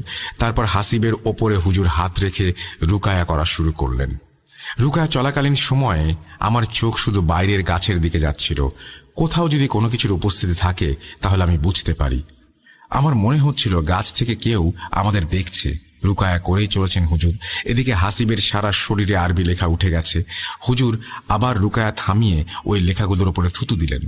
চোখের সামনে লেখাগুলো ভ্যানিশ হয়ে গেল। এরপর আরো জোরে জোরে রুকায়া শুরু করলেন। প্রায় 1 ঘন্টা রুকায়া শেষে হাসিবকে জিজ্ঞাসা করলেন, তুমি কি কি দেখেছো বলো। হাসিব বলল, আমি দেখলাম একটা বিশাল সাপ, কালো সাপ, আর দেখলাম একটা মূর্তি। মূর্তিটা হুবহু আমার মতো দেখতে। সাপটা সেই মূর্তির শরীর থেকে বেরিয়ে গেল, আর প্রবেশ করতে পারছে না। কিছুক্ষণ পরে মূর্তিটার ফাটল ধরে গেল। হুজুর বললেন, আলহামদুলিল্লাহ, একটা সুরক্ষা বেষ্টনী তৈরি হয়ে গেছে। এবার তিনি দোয়া পড়ে পানিতে ফু দিলেন। দোয়া পড়া শেষ করে হুজুর বললেন জয়তুনের তেল আর খেজুর আনতে, আজোয়া খেজুর। তারপর হুজুর সেগুলো দোয়া পড়ে ফু দিলেন। এরপর হুজুর হাসিবকে বললেন, তুমি হোয়াটসঅ্যাপে আমার সাথে অ্যাড হয়ে যাও, কথা এবার থেকে তোমার সাথেই হবে। আর অনেক আমল দিলেন হাসিবকে। আমি এবার হুজুরকে জিজ্ঞাসা করলাম, হুজুর যে কালো জাদু করেছিল সে তো চুপচাপ বসে থাকবে না, আবারও কালো জাদু করবে, তখন কি করবেন? ওনার শাস্তিই বাকি। তখন হুজুর হাসিবকে একটা সালাত শিখিয়ে দিলেন, পানিশমেন্ট সালাত। বললেন এই সালাত আদায় করতে হবে টানা 40 দিন, মাঝে কোনো গ্যাপ দেয়া যাবে না। যদি এই সালাত ঠিকভাবে আদায় করা হয় তাহলে চালনা করা জিনগুলো আছে যারা, তারা ফেরত না যায়, তাহলে তারা সবাই পুড়ে ছাই হয়ে যাবে, আর কালো জাদু যে করেছিল সে ধীরে ধীরে শেষ হয়ে যাবে। এবার হুজুর বিদায় নিলেন আর বললেন আমার সাথে যেন হাসিব যোগাযোগ করে। যাবার সময় আমাকে বলে গেলেন আমি যেন হাসিবকে গাইড করি এই সমস্ত বিষয়গুলোতে। কাজগুলো ঠিকভাবে করেছেন কিনা তা লক্ষ্য রাখি যেন। হুজুর বিদায় নিলেন। পরের দিন আমি চাটমোহর চলে যাব ঈদ করতে, তাই আমি খালামণিকে বললাম যেন একটু খেয়াল রাখে। পরদিন সকালে আমি হাসিবের সাথে দেখা করতে যাই। ওর রুমে ঢুকেই পোড়া গন্ধ পাচ্ছিলাম। হাসিবকে বললাম, কিরে নামাজ শুরু করেছিস? হাসিব উত্তরে বলল, জি ভাইয়া। আমি বললাম, ভাই থাক, আমি চলে যাচ্ছি, সাবধানে থাকিস। এই বলে আমি বিদায় নিলাম। কি ভাবছেন ঘটনা শেষ? না, ঘটনা আরো আছে, তবে আজকে আর না। অন্য কোনো ইমেইলে আবারও শেষ করব। আমি গুছিয়ে লিখতে পারি না। আমি অনেক খারাপ অভিজ্ঞতার শিকার হয়েছি এই ইমেল লেখার সময়। সবাই হাসিবের জন্য দোয়া করবেন। আমি রাসেল ভাইয়ের জন্য প্রমাণ হিসেবে একটা গুগল ড্রাইভ লিংক দিচ্ছি, ওখানে সকল প্রমাণ পেয়ে যাবেন। খালার বক্তব্য, হুজুরের রোকেয়ার কিছু অংশ সব চুরি করে আমি রেকর্ড করেছিলাম, তবে রিকোয়েস্ট থাকবে প্রমাণগুলো যেন পাবলিক করা না হয়। আমাকে যদি স্টুডিওতে ইনভাইট করা হয় তাহলে আমি অবশ্যই স্টুডিওতে গিয়ে ঘটনা শেয়ার করতে পারবো। আর যদি রাসেল ভাইয়ের সাথে দেখা করার ইচ্ছা আমার অনেক দিনের, লেখার মাঝে কোনো ভুল ত্রুটি হলে ক্ষমা সুন্দর দৃষ্টিতে দেখবেন। সকলে ভালো থাকবেন। আল্লাহ হাফেজ। Zubayer Mahmud Zion, Mirpur 11 avenue 5। Phone number share করেছেন। তারপরে তিনি তার ফেসবুক শেয়ার করেছেন, Facebook ID. Thank you so much. আমরা আপনার সাথে যোগাযোগও করবো। গুগল ড্রাইভের লিঙ্কও আপনি দিয়েছেন দেখতে পাচ্ছি। And thank you. আমরা অপেক্ষায় থাকলাম আপনার ঘটনার বাকি অংশ শোনার জন্য। দ্রুত পাঠিয়ে দেবেন আমাদের ইমেল অ্যাড্রেস russell.booth.com@gmail.com। অন্যরাও যারা ঘটনা পাঠাতে চান তারাও পাঠাবেন। আশা করছি আপনাদের এই ঘটনাটি ভালো লেগেছে। অসাধারণ একটি ঘটনা। আমরা চলে যাব আমাদের পরবর্তী ঘটনায়।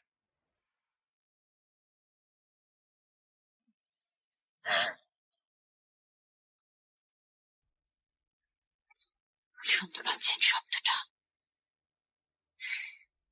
ভয়ের আরেক নাম ভূত কম উইথ রাসেল।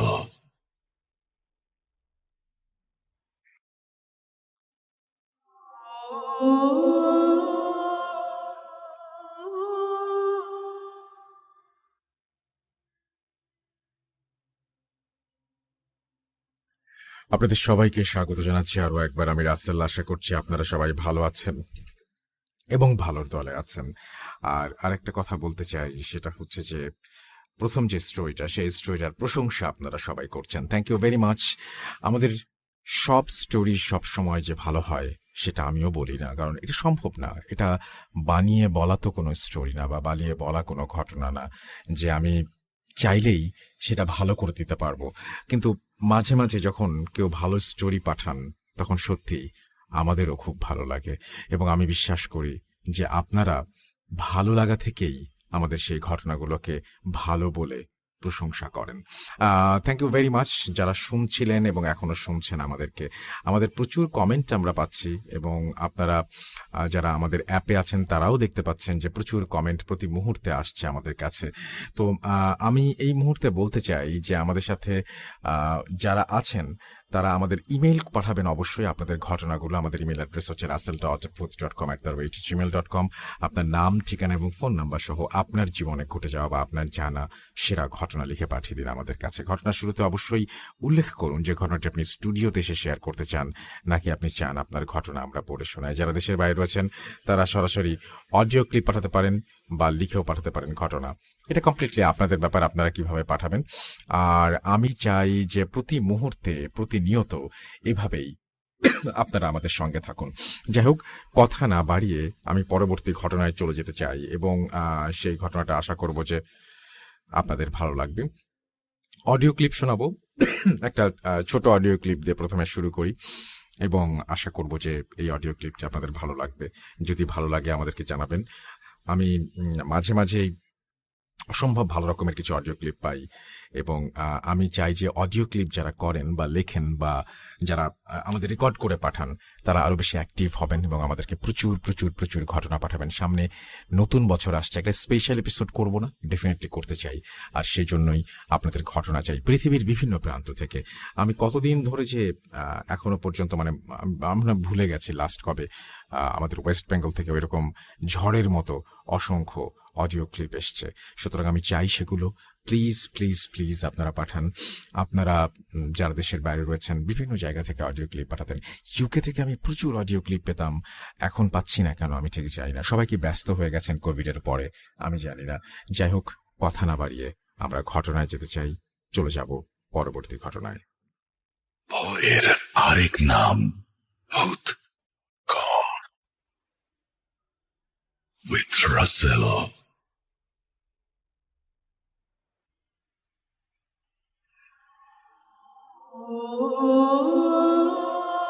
আসসালামু আলাইকুম রাসেল ভাই, আশা করি ভালো আছেন। আবারও পাটগ্রাম হাতিবান্ধা থেকে আমি আসিফ। আজকের ঘটনা যদি কেউ মনোযোগ দিয়ে শোনেন তাহলে বুঝতে পারবেন এটা একটা ইংরেজি অক্ষর ভি এর মতো মনে হবে, অর্থাৎ দুই বিন্দুর রেখা এক বিন্দুতে মিলিত হয়েছে, অথবা মনে করতে পারেন নিচ থেকে দুটি রেখা উপরের দিকে। কথা কঠিন না করে আসল কথায় আসতেছি, অর্থাৎ অতি প্রাকৃত বাস্তবতায়। তখনও বাংলাদেশ নামে দেশ ছিল না। ব্রিটিশ ভারতের সময় হলো সাক্ষী এই ঘটনার। আমার নানির নানি এবং সে নানির বোন, অর্থাৎ তিনিও আমার নানি। ওনার মামা ছিলেন ভারতের কোচবিহার জেলার রাজার মন্ত্রী, নাম আমানতুল্লাহ চৌধুরী। নানিদের অনেক যাওয়া আসা ছিল মন্ত্রীর কাছে, আর অনেক কিছু নিয়ে আসতো ফিরে, খাবার থেকে আরো বিভিন্ন কিছু। নানার সে মামা থাকতো পশ্চিমবঙ্গের কোচবিহার জেলার বড় মরিচা নামক জায়গায়। একদিন রাত আনুমানিক 12টায় বা 1টায় সেই আমানত উল্লাহ মামার বাড়ি থেকে ফিরে আসতেছিলেন নানি। বাহন ছিল গরুর গাড়ি। গরুর গাড়িতেই ছিল অভ্যাস যাওয়া আসার। সাথে ছিল আরো কয়েকজন। মাঝরাত, জ্যোৎস্নার আলোয় গাড়ির ছায়াও সাথী। জোনাকির গানের ভাষা জোনাকিরাই বুঝে নিচ্ছিল। হারিকেন ঝুলিয়ে শুনশান পথে গরুর গাড়ি তার গাড়িয়ালের দিক নির্দেশনায় ভারতের বড় মরিচা থেকে বাংলাদেশের জমগ্রামের উদ্দেশ্যে। এই জমগ্রাম হলো পাটগ্রাম উপজেলার বাউড়া ইউনিয়নের একটা গ্রাম। গাড়ির ছাউনির তলায় তাদের সাথে কত খাবার দাবার রাজ্যের, কখনো ঘন বাঁশঝাড়, কখনো পুকুর, কখনো দৈত্যাকার খোলা মাঠ, কখনো শিয়ালের হুক্কা হুয়া, কখনো কুকুরের সতর্ক বার্তা, কখনো বন বিড়ালের কান্না।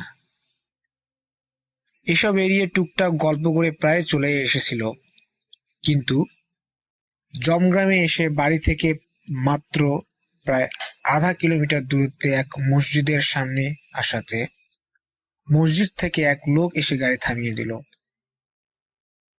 থামিয়ে দিয়ে সবাইকে একটা হাঁড়িতে করে খাবার দিল, যেটাকে মসজিদের তবারক ভেবে তারা নিয়েছিল। ছিল খোরমা, জিলাপি ইত্যাদি।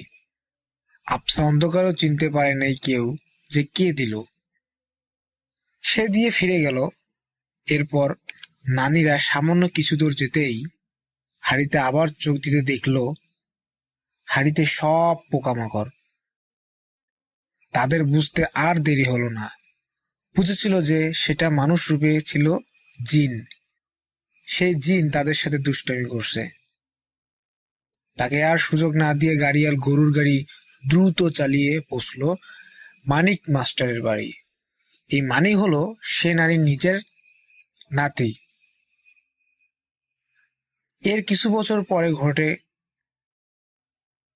মানিক মাস্টারের দাদার সাথে ঘটনা। এখানে মানিক মাস্টারের দাদার প্রথম বউ, অর্থাৎ ওনার দাদি আর ওনার নানি আপন বোন। আর ওনার দাদা পরে আরো একটি বিয়ে করেন। যাই হোক, মানিক মাস্টারের দাদার নাম আসান বসুনিয়া।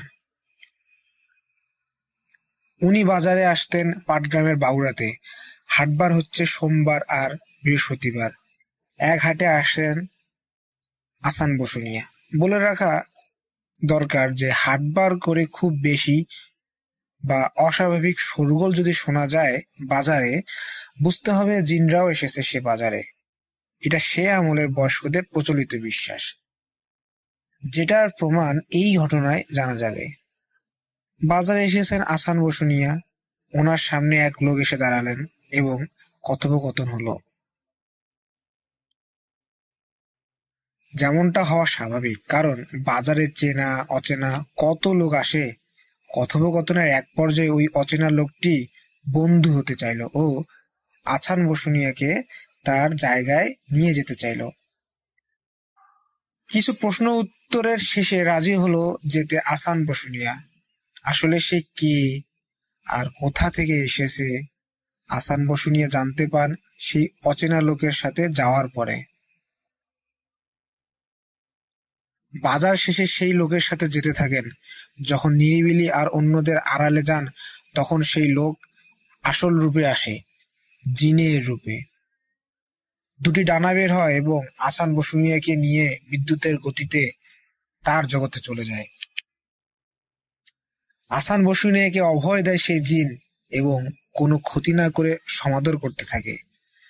বসুনিয়া দেখতে পান জিনদের জগৎ, কিন্তু অবিশ্বাস্যকর হলো সত্যি যে তিনি দেখতে পান শুধু চকচকে টিনের বাড়ি সে জগতে। সেখানে উনি যা খেতে চেয়েছেন তাই খেয়েছেন, আর এদিকে ওনাকে খোঁজাখুঁজি তার দুনিয়ায়। উনি যেদিন ফিরে আসেন ওই জিনের মাধ্যমে, সেদিন জিনের তরফ থেকে থলেতে করে অনেক রত্ন ও কাঁচা পয়সা পান উপহার হিসেবে। এরপর তিনি আবার যান সে জিনের মাধ্যমে এক হাটবারে। আগের মতো ঘুরে আর খেয়ে অন্য হাটবারে ফিরে আসেন রত্ন আর কাঁচা পয়সা নিয়ে। এভাবে অনেক দিন এমন চলে। লোকেদের সন্দেহের কারণে আর জিজ্ঞাসাবাদের জন্য স্বীকার করেন আছান বসুনিয়া একদিন এই কাহিনী, কিন্তু উনি যে এত রত্ন আর অর্থ পান তা বাদে। উনি বলে দিয়েছেন তবু জিন তাকে ঠিকই নিয়ে যেত। ওনার এক সময় এসে অর্থ সম্পদ আগের চেয়ে প্রচুর হয়। এর মাঝে সেই জিন জগতের আরো এক জিন, তবে বাচ্চা, আসে বসুনিয়ার বাড়িতে। কেউ বুঝে নাই যে সে জিন, শুধুমাত্র বসুনিয়ার বাড়ির মানুষজন ছাড়া। সেখান থেকে বিদ্যালয়ে ভর্তি হয়ে পড়াশোনা করতে করতে আর আরবি শিখতে শিখতে অনেক বড় হয়। বসুনিয়ার বন্ধু জিনটাও আসে, কিন্তু একে অপরের জিন পরিচিতি জানতে দেয় না বাইরের মানুষের কাছে। যদি বাইরের কেউ আসতেছে বুঝতে পারে সেই জিন, অর্থাৎ সেই বন্ধু জিন, তাহলে গায়েব হয়ে যেত, সে গায়েব হয়ে চলে যেত। অন্য জিনটা লেখাপড়া শিখতে থাকেন ওখান থেকে খেয়ে আর ঘুমিয়ে। মানুষ জানতো সেও মানুষ। পাড়া প্রতিবেশীদের সাথে পরিচিত হওয়ার জন্য তাদের বাড়িতে যেত। একদিন একজনের বাড়িতে যে এক মহিলা বা মেয়েকে বেপরদা হয়ে গোসল করতে দেখে ফেলেছে। পরবর্তীতে সেই জিন খুবই লজ্জা পায়। এতে এত পরিমাণ লজ্জা পায় যার কারণে সে চিরতরে তার জগতে ফিরে যায় এবং আর কখনো আসে নাই। যাওয়ার আগে আসান বসুনিয়া তার বাড়ির মানুষদের সে কথাগুলো বলেছিল। এরপর বন্ধু জিনটাও কয়েকবার আসা যাওয়া করে একেবারেই চলে যায়। তারা চলে যায়, কিন্তু একটা ক্ষমতা দিয়ে যায় আসান বসুনিয়াকে। লোকজন জানতো যে তার জিনদের জগতে যাওয়া আসা, এবং যদিও স্বীকার করে নাই তাদের কাছে অর্থ লাভের কথা, তবুও বুঝতে পারছে দ্রুত গতিতে তার অনেক বড় ধনী হওয়ার রহস্য। তাই কিছু লোকজন তার শত্রু হয় এবং মাঝে মধ্যে তাকে ঘিরে ফেলতো এবং বিভিন্ন জায়গায় বাধা দিত, তাকে আক্রমণ করার চেষ্টা করত, কিন্তু প্রতিবার বেঁচে যেত, কারণ ওই ক্ষমতা যেটা জিনের থেকে পেয়েছিলেন সেটা প্রয়োগ করে। যখন অমন পরিস্থিতি তৈরি হতো বা আগে বুঝে যেত, তারপর সে নিজেকে লোকদের মাঝেই আড়াল করত, নিজেকে গায়েব করে ফেলতে পারতো কিছু সময়ের জন্য। কেউ কেউ তাকে মেরে ফেলারও চেষ্টা করেছিল, কিন্তু আসান বসুনিয়া তার ক্ষমতা বা জাদু প্রয়োগ করে তাদেরকে অসফল করত। আসান বসুনিয়া মৃত্যুবরণ করেন বার্ধক্যজনিত কারণে।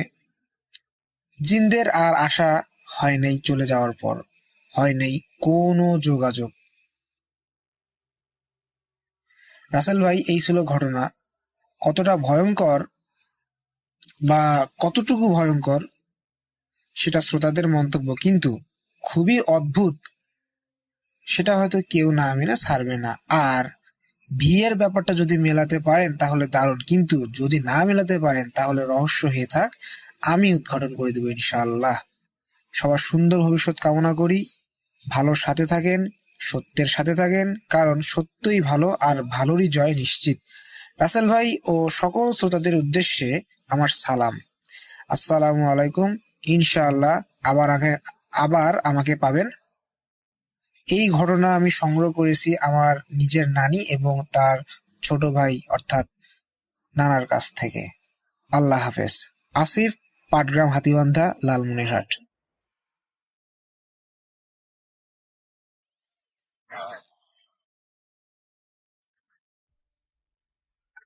শুনতে পাচ্ছেন শব্দটা? ভয়ের আরেক নাম ভূত কম।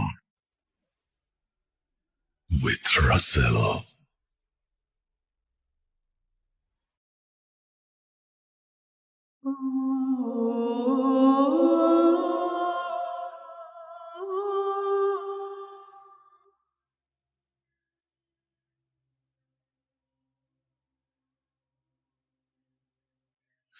Welcome back. ঘড়িতে সময় রাত 1:09। আমি রাসেল আছি সাথে। বিশ্বকাপের এই মৌসুমে যেরকম ভাবে আপনাদেরকে আমি মিস করেছি, কারণ অনেকেই খেলা দেখায়, মানে আমি নিজেও খেলা দেখেছি, এবং তার মাঝখানে অল্প একটু সময় বের করে আপনাদের সাথে কথা বলা, আপনাদের জন্য ঘটনা কালেক্ট করে নিয়ে আসা এবং আপনাদের সাথে ঘটনা বলা, সেটা বিরাট ব্যাপার ছিল। এখন যেটা কথা সেটা হচ্ছে যে আমরা নতুন বছরে কে কি প্রস্তুতি নিচ্ছি, আমাদের নতুন বছরের রেজুলেশন কি, নিউ ইয়ার রেজুলেশন কি, আপনারা কাইন্ডলি আমাদেরকে জানিয়ে দিবেন। আজকে তো 16 তারিখ থেকে 17 তারিখ হয়ে গেল, আর মাত্র 14 দিন পর, মানে 14 দিন রয়েছে আমাদের এই বছরটি 2022 সালে। আমাদের, আমি বলবো যে অর্জনের পাল্লাই ভারী হবে, কারণ 2022 সালেই আমরা পুরোপুরিভাবে কোভিড থেকে বের হয়ে এসে একটা নতুন স্বপ্নের সামনের দিকে এগিয়ে যেতে পেরেছি। আবার এই 2022 সালেই বিশ্ব মন্দা শুরু হয়েছে, কিন্তু 2022 সালেই আমাদেরকে এই বিশ্ব মন্দাই হয়তো আবার ঘুরে দাঁড়ানোর সাহস দিয়েছে, পাশাপাশি একসাথে হয়ে কাজ করার সুযোগ দিয়েছে। বাঙালিরা, যখন আমার কাছে মনে হয় যখন দুঃসময় আসে তখন সবাই এক হয়ে যায়। আমরা আসুন সবাই এক হই, আমরা আমাদের সামনের সময়গুলোকে একসাথে শক্ত হাতে মোকাবেলা করি। আমার মনে হয় তাহলেই আমাদের যে চাওয়া, দেশ নিয়ে আমাদের যে ভাবনা, সেখানে আমরা অনেকটাই সুনিশ্চিত হতে পারবো, আমাদের ভবিষ্যৎটাকে অনেক বেশি সুন্দর করতে পারবো। আমার কাছে মনে হয় যে সামনের সময়গুলো শুধুমাত্রই আমাদের। আমরা আপনাদের ঘটনা চাই। আমাদের ইমেল অ্যাড্রেস হচ্ছে rasal.bhoot.com@gmail.com। আপনার নাম, ঠিকানা এবং ফোন নাম্বার সহ আপনার জীবনে ঘটে যাওয়া বা আপনার জানা সেরা ঘটনা লিখে পাঠিয়ে দিন আমাদের কাছে। ঘটনার শুরুতে অবশ্যই উল্লেখ করুন যে ঘটনাটা আপনি স্টুডিওতে এসে শেয়ার করতে চান, নাকি আপনি চান আপনার ঘটনা আমরা পড়ে শোনাই। যারা দেশের বাইরে রয়েছেন তারা সরাসরি অডিও ক্লিপ পাঠাবেন বা লিখেও পাঠাবেন। আচ্ছা, না, কমেন্ট কম এসছে, I don't know Y, but comment আমাদের সাথে, মানে কি বলবো, যাই হোক। আমি দেখতে পাচ্ছি অনেকেই আমাদের সাথে আছেন, এবং দেখতে পাচ্ছি এ তুহিন আমাদের সাথে আছেন, এবং তিনি উপজেলা হাতিবান্ধা থেকে শুনছেন আমাদেরকে। আমাদের সঙ্গে আছেন দেখতে পাচ্ছি এছাড়াও এখানে আরো অনেকেই, এবং আমি দেখতে পাচ্ছি নাহিন আল হাসান। আমার কাছে খুব ভয়ানক একটি কাহিনী আছে, কিভাবে পাঠাবো, লিখে নাকি ভয়েসে? আপনি যদি ভয়েস নিয়ে কনফিডেন্ট হন তাহলে আমি বলবো ভয়েসেই পাঠাতে। আমরা আসলে প্রচুর পরিমাণের অডিও ক্লিপ চাচ্ছি, এবং যদি বড় ঘটনা হয় তাহলে তো কোনো কথাই নেই। বড় ঘটনা সবাই পছন্দ করেন, এমন না যে আমি বড় ঘটনা পছন্দ করি বা ছোট ঘটনা অপছন্দ করি, এরকম কিছু না। সবাই পছন্দ করেন বলেই বলছি যে বড় ঘটনা যদি আপনি পছন্দ করেন তাহলে আপনি যদি কনফিডেন্ট থাকেন তাহলে পাঠিয়ে দিন প্লিজ। একটা কোয়াইট প্লেসে বসে আপনি আপনার ফোনেই রেকর্ড করুন। আমাদের সাথে দেখতে পাচ্ছি যে এমডি সাইফুল ইসলাম। একটু আগে আমি জিজ্ঞেস করলাম যে কোনো প্রস্তুতি নেই নতুন বছরের, প্রথম দিন পরীক্ষা। বাহ, সুন্দর। তার মানে প্রথম দিনই আপনার মানে কি বলবো যে এক্সাম, মানে কি আমরা সারা বছর পড়াশোনা করি বা কষ্ট করি কি জন্য? এক্সাম দেবার জন্যই তো, নাকি? এটা কিন্তু খুব ভুল একটা ব্যাপার। আসলে আমরা পরীক্ষায় ভালো করার জন্যই পড়াশোনা করি বলেই আমরা আসলে পড়াশোনাকে এনজয় করি না। আমরা যদি মনে করি যে আমরা আসলে জানার জন্য পড়ছি, শেখার জন্য পড়ছি, তাহলে কিন্তু পড়াশোনা অনেক সুন্দর হতো। এই জন্য গল্পের বই আমাদের ভালো লাগে, এই জন্য উপন্যাস আমাদের ভালো লাগে, এই জন্য কবিতা আমাদের ভালো লাগে, যেগুলো নিয়ে পরীক্ষা দিতে বসতে হয় না। এবং আমি বলবো যে যেটাই পড়েন না কেন, আমি স্কুল, কলেজ বা ইউনিভার্সিটিতে যে সমস্ত বইগুলো পড়ার জন্য পড়েছি সেগুলো তখন আমার ভালো লাগে। যখন আবার নতুন করে জানতে ইচ্ছে করেছে ওই বিষয়গুলো নিয়ে, যখন পরীক্ষা দেওয়ার আর কোনো সম্ভাবনা নেই, যখন আবারও পড়তে বসেছি, তখন অনেক ভালো লেগেছে। ফিরে এসে আবারও যখন পরীক্ষা দেবার জন্য ওই টাইপের বিষয়গুলোতে গেছি, তখন সেটা আমার আর ভালো লাগেনি। সুতরাং পরীক্ষা মানেই হচ্ছে আমার কাছে মনে হয় ভয়ঙ্কর আতঙ্কর একটা কিছু, যে এখানে নাম্বার পেতে হবে, ভালো করার জন্য ট্রিক্স থাকতে হবে কিছু। সো আমি বলছি না যে পরীক্ষা খারাপ করতে হবে বা পরীক্ষার প্রস্তুতি নিতে হবে শক্তভাবে না যাবেন। আমি বলছি যে পরীক্ষার প্রস্তুতি আরো বেশি ভালো হবে যদি আপনি শেখার জন্য পড়াটা করেন। যাই হোক, নতুন বছরের কথায় আবার কোন প্রসঙ্গে চলে আসছি তার চাইতে বরং ঘটনায় চলে যাই। আমরা চলে যাচ্ছি আমাদের পরবর্তী ঘটনায়। আশা করছি এই ঘটনাটি আপনাদের ভালো লাগবে। প্লিজ প্লিজ প্লিজ প্রথম থেকে শেষ পর্যন্ত আমাদের সাথেই থাকবেন। অনেক কষ্ট করে আমরা আসলে আমাদের এই এপিসোডগুলো বানাই। সো আপনারা যদি সাথে থাকেন তাহলে সেটা আমাদের জন্য অনেক বেশি রকমের আনন্দের হয়। চলুন কথা না বাড়িয়ে ঘটনায় যাওয়া যাক।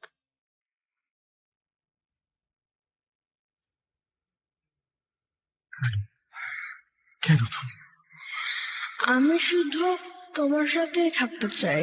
কিভাবে সম্ভব? মৃতদের এই পৃথিবীতে থাকতে নেই। তুমি তুমি চলে যাও, চলে যাও, প্লিজ চলে যাও। সবটাই কি ইলুশন, নাকি অন্য জগতের কেউ কখনো হাজির হয়ে যায়? ভূত.com with Russell.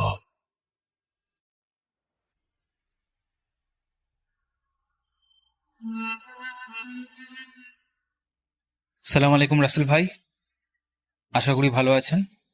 আমি নুরুল হাসান। আমার বাড়ি পশ্চিমবঙ্গ রাজ্যের বীরভূম জেলার রামপুরহাট শহর। তো আমি এবং আমার ওয়াইফ দুজনে মিলে আপনার এই যে ভূত.com শোটা কিছুদিন হলো যাবৎ শুনতে শুরু করেছি। খুব ভালো লাগে, গল্পগুলো সত্যি অসাধারণ হয় এবং সত্যতার অনেকটাই ছোঁয়া থাকে। তো আমিও আজকে একটা গল্প শেয়ার করব বলে ভাবলাম, তাই রেকর্ডিং করেই ফেললাম। তো এই গল্পটা তো আমার পক্ষে স্টুডিও যাওয়া সম্ভব, গিয়ে বলা সম্ভব নয়, সেটা বুঝতেই পারছেন কারণটা কি। কারণ আমি এপারের, আপনি ওপারের। যাই হোক, তা গল্পটা বলি।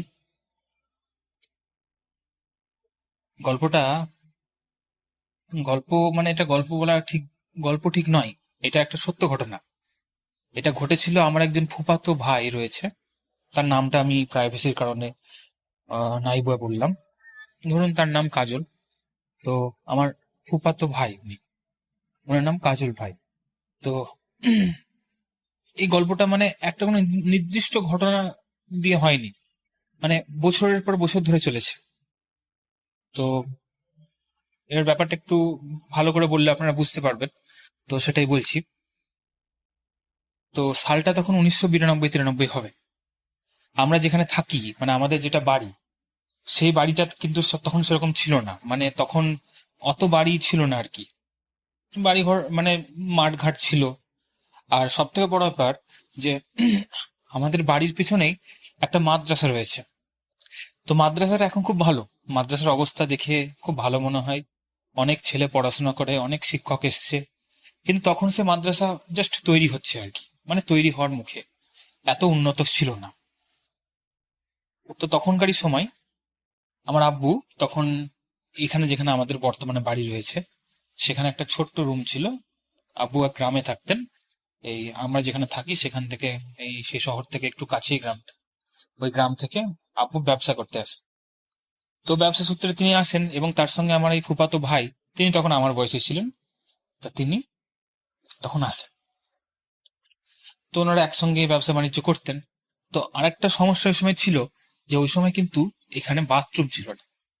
তো বাথরুম করার জন্য পিছনেই মাঠ ছিল।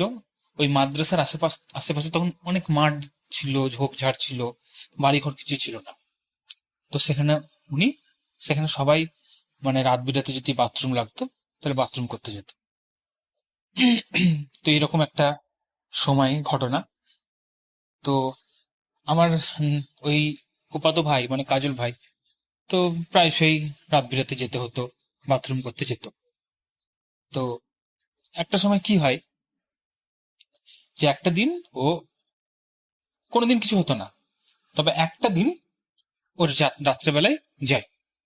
তো যেখানে ওই মাদ্রাসার পাশেই একটা মাঠ ছিল, সেখানে ও বাথরুমের কাজ সম্পূর্ণ করে তারপর আসার পথে ও একটা মহিলাকে দেখতে পায়। সে মহিলাটা আর কি কালো চাদরে নিজেকে মুড়ে রেখেছিল। তখন রাত 1:30-2টা হবে। তো সেই মহিলাটা ওর সামনে দিয়ে হেঁটে চলে যায়। মানে মাঠ আছে, ধরো মাঠের পাশে রাস্তা আছে। রাস্তা মানে তখন এখন রাস্তা পাকা হয়েছে, কিন্তু তখন রাস্তা পাকা ছিল না। তো ওই মহিলাটা পাশ দিয়ে হেঁটে চলে যাচ্ছে। এবার যে মহিলাটাকে ও দেখলো, সেই মহিলাটাকে ও চেনে আর কি, ব্যাপারটা বলি। এবার আমাদের এখানে এখনো এই মহিলাটা বেঁচে আছেন। এখন সেই মহিলাটা বুড়ি হয়ে গেছেন, তখন তার বয়স কম ছিল। তার নাম ছিল আকালি, ঠিক আছে? তো সে এখানে প্রায়শই যা আশা করতো, মানে পাড়ার মহিলা যাকে বলে হয় না, পাড়ার আপা, আকালি আপা বলে সবাই চিনত। আমার কাজল ভাইয়ের মনে হলো যে ওই আকালি আপাই রাত 1:30-2টা নাগাদ ওই রাস্তা দিয়ে, মানে শীতের টাইম ছিল, চাদর মুড়ি দিয়ে চলে যাচ্ছে। তো সে এবার স্বাভাবিকভাবেই তার একটু চোখে পড়লো, কোথায় যায় দেখি। এবার সে দূর থেকে দেখলো যে সে এগিয়ে যাচ্ছে। এবার তখন কাজল ভাই কিন্তু তার পিছু করলো। এবার একটু পিছু করে যখন ওই যেটা মাদ্রাসা, ওই মাদ্রাসার একটা মানে ঢোকার একটা দরজা ছিল, ঠিক আছে? ওই দরজার সামনে গিয়ে আর দেখতে পেলো না, মানে দেখতে পায় না। এবার এলো, মানে আমার কাজল ভাই ওখানে এলো, তা কিন্তু ওই আকালি আপাকে দেখতে পেলো না। তো ও ভাবলো কি ব্যাপার, কোথায় গেল, একটু আশ্চর্য হয়েছিল। কিন্তু যখন ওই মাদ্রাসার ওই দরজার সামনে এলো, তখন তো একটা বিকট শব্দ শুনতে পাই। মানে শব্দটা কিন্তু মানে বিকট শব্দ আর কি, মানে কি বলবো আর, মানে একটা মানে কোনো একটা বাচ্চাও কাঁদতে পারে, বা কোনো একটা কুকুরও ডাকতে পারে, বা একটা বিড়ালও ডাকতে পারে। মানে শব্দটা তিনটের মধ্যে তিনটেই হতে পারে আর কি, এরকম একটা শব্দ শুনতে পাই। কিন্তু ওই আকালি আপাকে আর দেখতে পাই না। তো কাজল ভাই আর কি করবে, তো সেখান থেকে চলে আসে, নিয়ে ঘুমিয়ে পড়ে। কিন্তু ওই যে শব্দটা শুনেছিল, ওই শব্দটা কিন্তু তার কানে বাজতো। প্রতিদিন রাত্রে যখন ঘুমাতো তখন শব্দটা কানে বাজতেই থাকতো। বাট ও আমার আব্বুকে বা আমার অন্য চাচাদেরকে বা আমার ফুপুকেও কিছু বলেনি।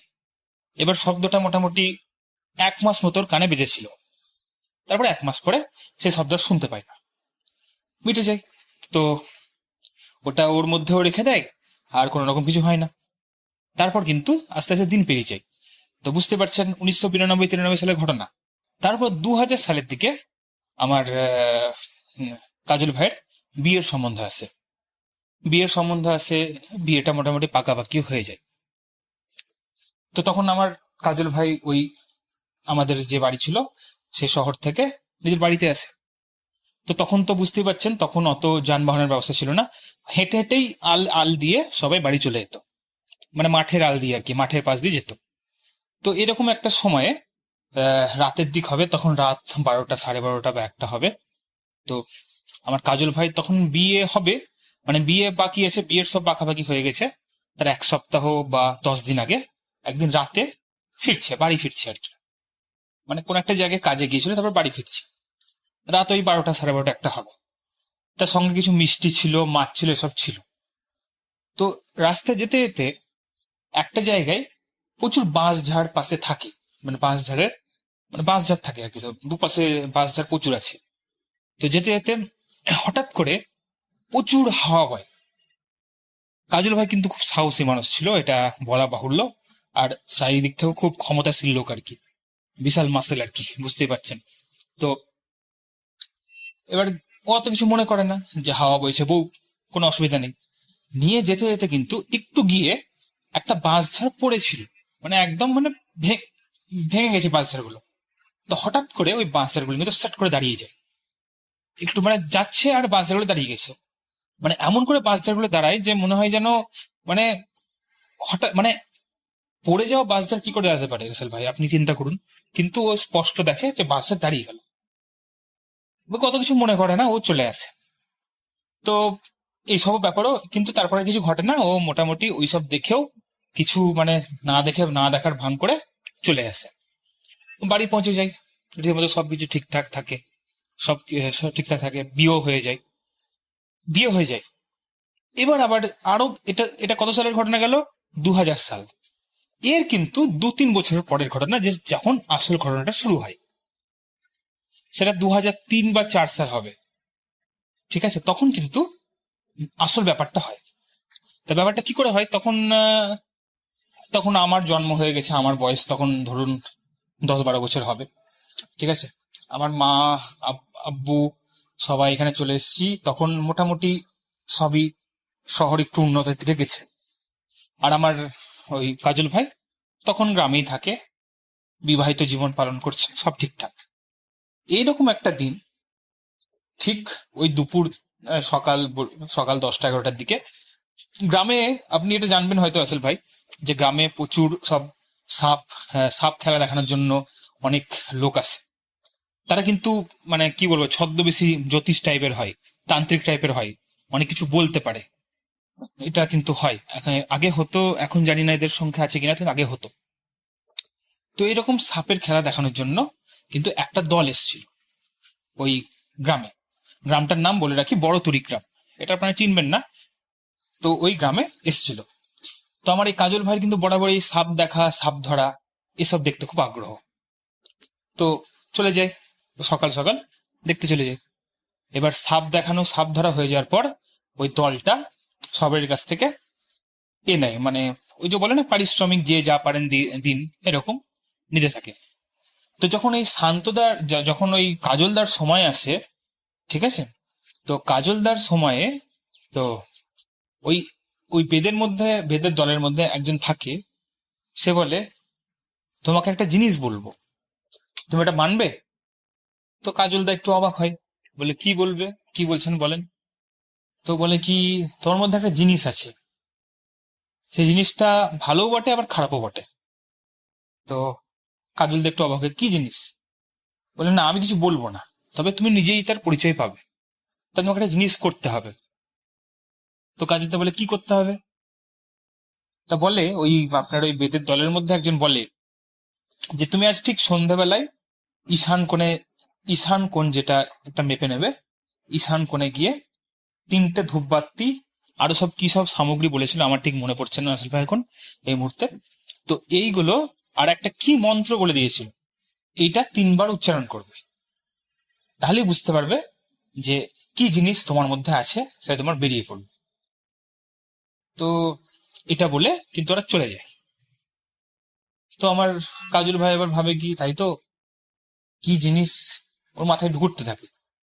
এবার যতই হোক, মানুষের আগ্রহ, মানুষের একটা কৌতূহল, এটা তো আর মানে দমন করা সম্ভব নয়।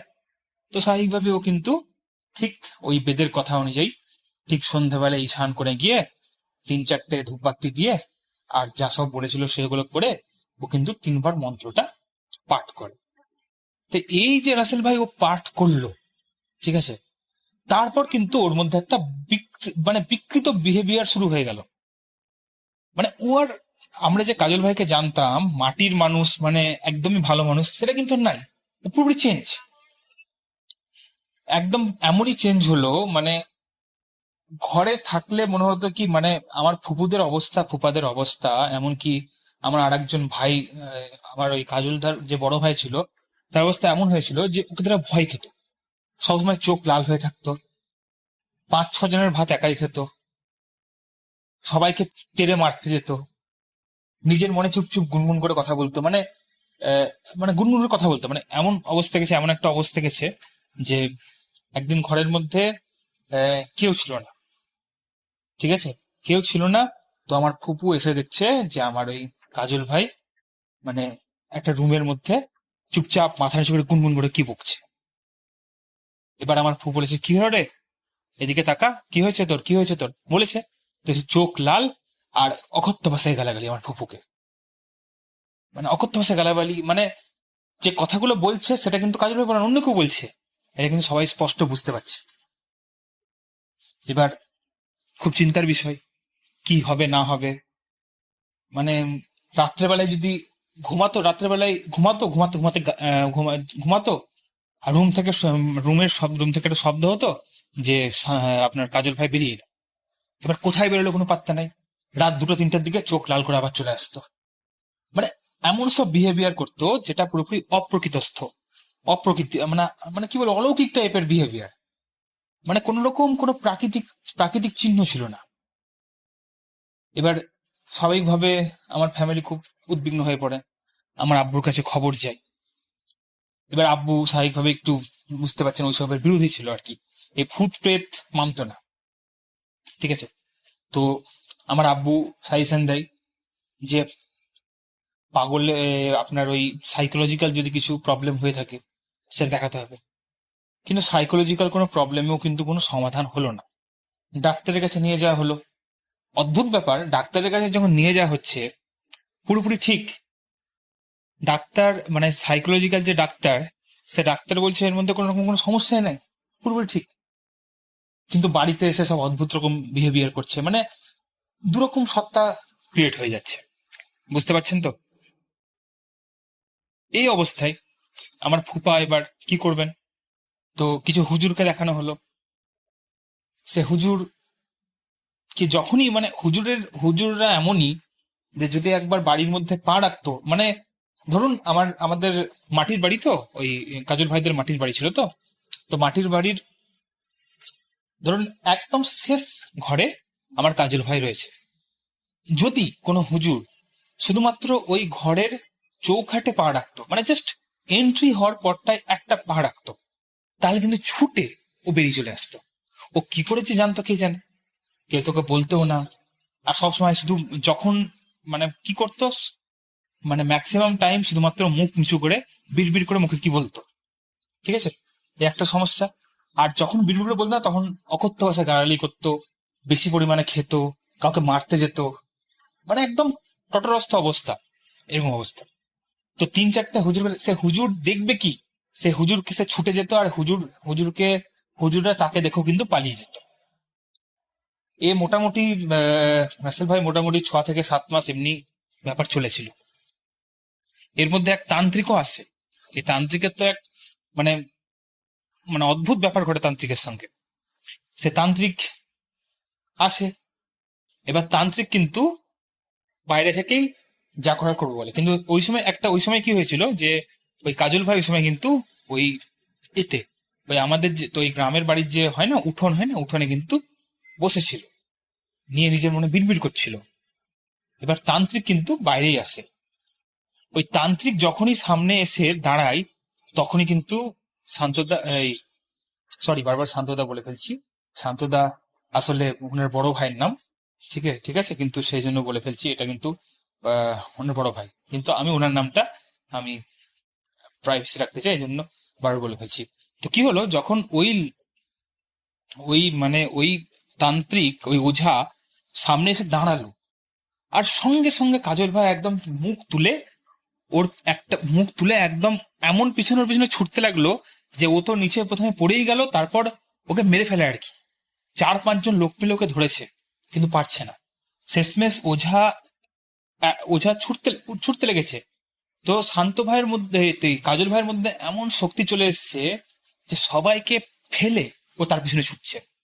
মোটামুটি 3-4টে বড় বড় মাঠ, গ্রামে হয়তো 3-4টে বড় বড় মাঠ পার করিয়েছিল ওই ওঝাকে আমার কাজল ভাই, মানে এত অমানুষিক শক্তি ওর মধ্যে চলে এসেছিল। তো এরকম ঘটনা পর্যন্ত ঘটেছিল।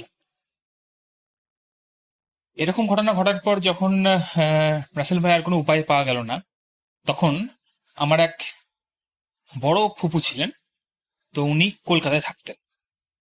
তো উনি কিন্তু একটা খোঁজ দেন একজন ভালো হুজুরের।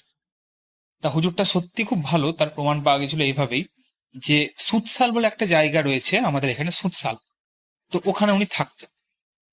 তো উনি কিন্তু ওনাকে প্রথমে এই ব্যাপারটা শোনানো হয়েছিল যে এমনি ঘটনা। তো এই ঘটনা শোনার পরে কিন্তু উনি বলেছিলেন যে আমি ওখানে যাব না, ওকে আমার কাছে নিয়ে আসতে হবে। তো ওনাকে সব বলা হয়েছিল যে ওনাকে তো আমরা নিয়ে আসবো, কিন্তু ওকে তো আমরা নিয়ে আসবো, কিন্তু ও তো মানে কি বলবো, কেউ যদি ওই ঘরের চৌখাটে পা রাখছে তাহলে তাগি তো মানে একদম পার করে দিচ্ছে 2-3টে মাঠ, তোকে নিয়ে আসবো কি করে। তখন কিন্তু ওই হুজুর সাহাব একটা তাবিজের মতো দেয়। তো বলে কি এই তাবিজটা যে পড়াতে হবে, আর একটা পানি পড়া টাইপের কিছু দেয়। আর বলছে যখন তাবিজটা পড়াবেন তার আগে পানি পড়াটা দিবেন, যদি পানি পড়াটা তার উপর না ফেলেন তাহলে কিন্তু তাবিজটার উপরে একটা আঘাত করবে, মানে এরকম একটা ব্যাপার বলেছিল। তো স্বাভাবিকভাবেই ফুপু বললো কি তোকে তো মানে টাচ করাই মুশকিল, টাচ করলে তো অকথ্য ভাষায় গালাগালি বা মারতে যাওয়া এরকম ব্যাপার স্যাপারও করছে, তাহলে কি করে আমরা এটা করব? তো ওই হুজুর বলেছিল যে যখন এই কাজল ভাই যখন মাথা নিচু করে ওই বিড় করবে, তখন ওই পানি পড়াটা দুজন থাকবেন, পানি পড়াটা ওর কপালের দিকে ছুড়বেন, যেন কপালে এবং মাথায় লাগে। এবং কপালে মাথায় যখনই লাগবে ওই পানি পড়াটা, তখন সঙ্গে সঙ্গে একজন ওনার হাত ধরে ওই তাবিজটা ঠিক বাঁ হাতের এই আপনার বেঁধে দেবেন। বাঁ হাতে মানে বাঁ হাতের উপরে বেঁধে দেবেন আর কি বলেন, ওই হাতের উপরটাই বেঁধে দেবেন এরকম। তো সে ওয়াইজ করা হয়। তো 4-5 জন লোককে আপনার গ্রামের হেরে নিয়ে আসে আমার ফুপুরা, নিয়ে ওটা কিন্তু করে ফেলে, ছটপট করে, কিন্তু অতটা কোনো এফেক্ট হয়নি। মানে কি জানি কেন সেই মুহূর্তে, অন্য সময় তো সব বুঝে ফেলে, বা এই সময় কিছু বুঝতে পারেন না কি ব্যাপার, কি জানি কিছু হয়নি, মানে পানি পড়া দিয়ে বেঁধে ফেলে। এবং তারপরে কিন্তু জ্ঞান চলে যায় আর কি, মানে শান্তভাবে কিন্তু জ্ঞান চলে যায়। এবার জ্ঞান চলে গেলেও যখন জ্ঞান ফিরে, তখন কিন্তু ওই অমানসিক সত্যি কিছু ব্যাপার থাকে না, মানে বিড়বিড় করে, কিন্তু কেউ এলে কিছু বলে না, বিড়বিড়টা করে, চোখটা লাল থাকে। বাট যদি কেউ আসে, যদি কেউ কিছু দেখতে আসে, কিন্তু ওই অকথ্য ভাষায় গালাগালি বা অমানসিক শক্তির পরিচয় কিন্তু আর ঘটে না।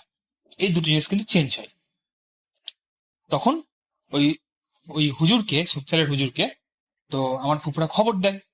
তখন ওই ফুপু বলেন, ওই হুজুর বলেন যে এবার তোমরা ওকে আমার কাছে নিয়ে এসো। তো কাজল ভাইকে ফুপুরা এবং গ্রামের কয়েকজন মিলে ওই হুজুরের কাছে নিয়ে আসে। তো সেখানে এক বিচিত্র ঘটনা ঘটে গেছিল ভাই।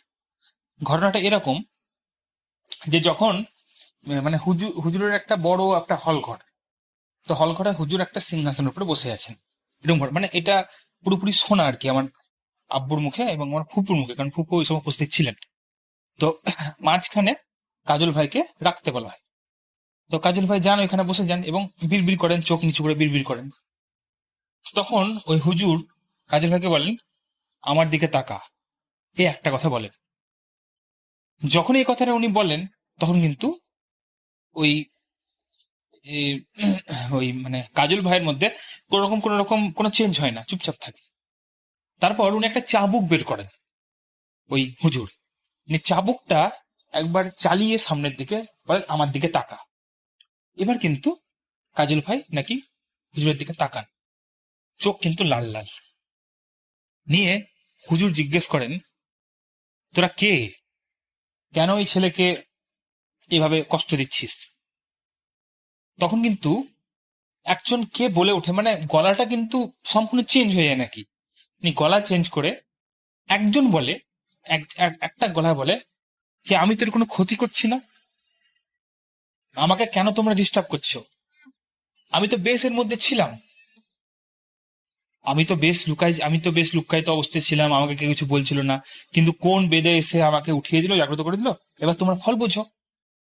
তখন এই হুজুর বলেন যে তাই বললে হবে, তোকে তো যেতে হবে, আর তোর বাড়ি কোথায়, তোর পরিচয় কি, এরকম করে জিজ্ঞেস করে। সে কিন্তু বলে যে আমার পরিচয় হচ্ছে, পরিচয়টা আমি নামটা বলছি না, কারণ জানি না, বলতে হয় না, এরকম ব্যাপার বটে আর কি, এরকম করে এই করার নাম করে লাভ নাই। তো বলে, ধরুন একটা নাম বলে ABCD, ঠিক আছে। আর আমাকে একে খুব ভালো লেগেছিল যখন মানে আমাদের যে পুরনো বাড়ি ছিল 1992-93 সালের ঘটনা, যখন সে ওখানে গিয়েছিল, তখন আমি পাশ দিয়ে পেরিয়ে যাচ্ছিলাম, তো ও আমার পিছন পিছন আসে, ও আমার প্রতি অ্যাট্রাক্ট হয়, এই জন্য কিন্তু আমি ওর মধ্যে আসি। মানে বুঝতে পারলাম রাসেল ভাই, 1992-93 সালের ঘটনা এটা, যখন সে আকালি আপুর নাম করে পিছনে গেছিল, তখন কিন্তু এ ধরেছিল। তো আমি একজন জিন, আর আমি একজন মুসলিম জিন, এটাও বলে। তখন হুজুর আর কিছু বলে না, হুজুর আরেকবার চাবুককে চালিয়ে বলে, আর তুই কে? তাই বলে। তখন সবে অবাক হয়ে যায়, তুই কে মানে একজন তো বুঝতে পারে গেল। তো ও বলে কি আমিও তো এখানে আর আবার একটা গলা ওর ভিতর থেকে বেরিয়ে আসে, কাজল ভাইয়ের ভিতর থেকে।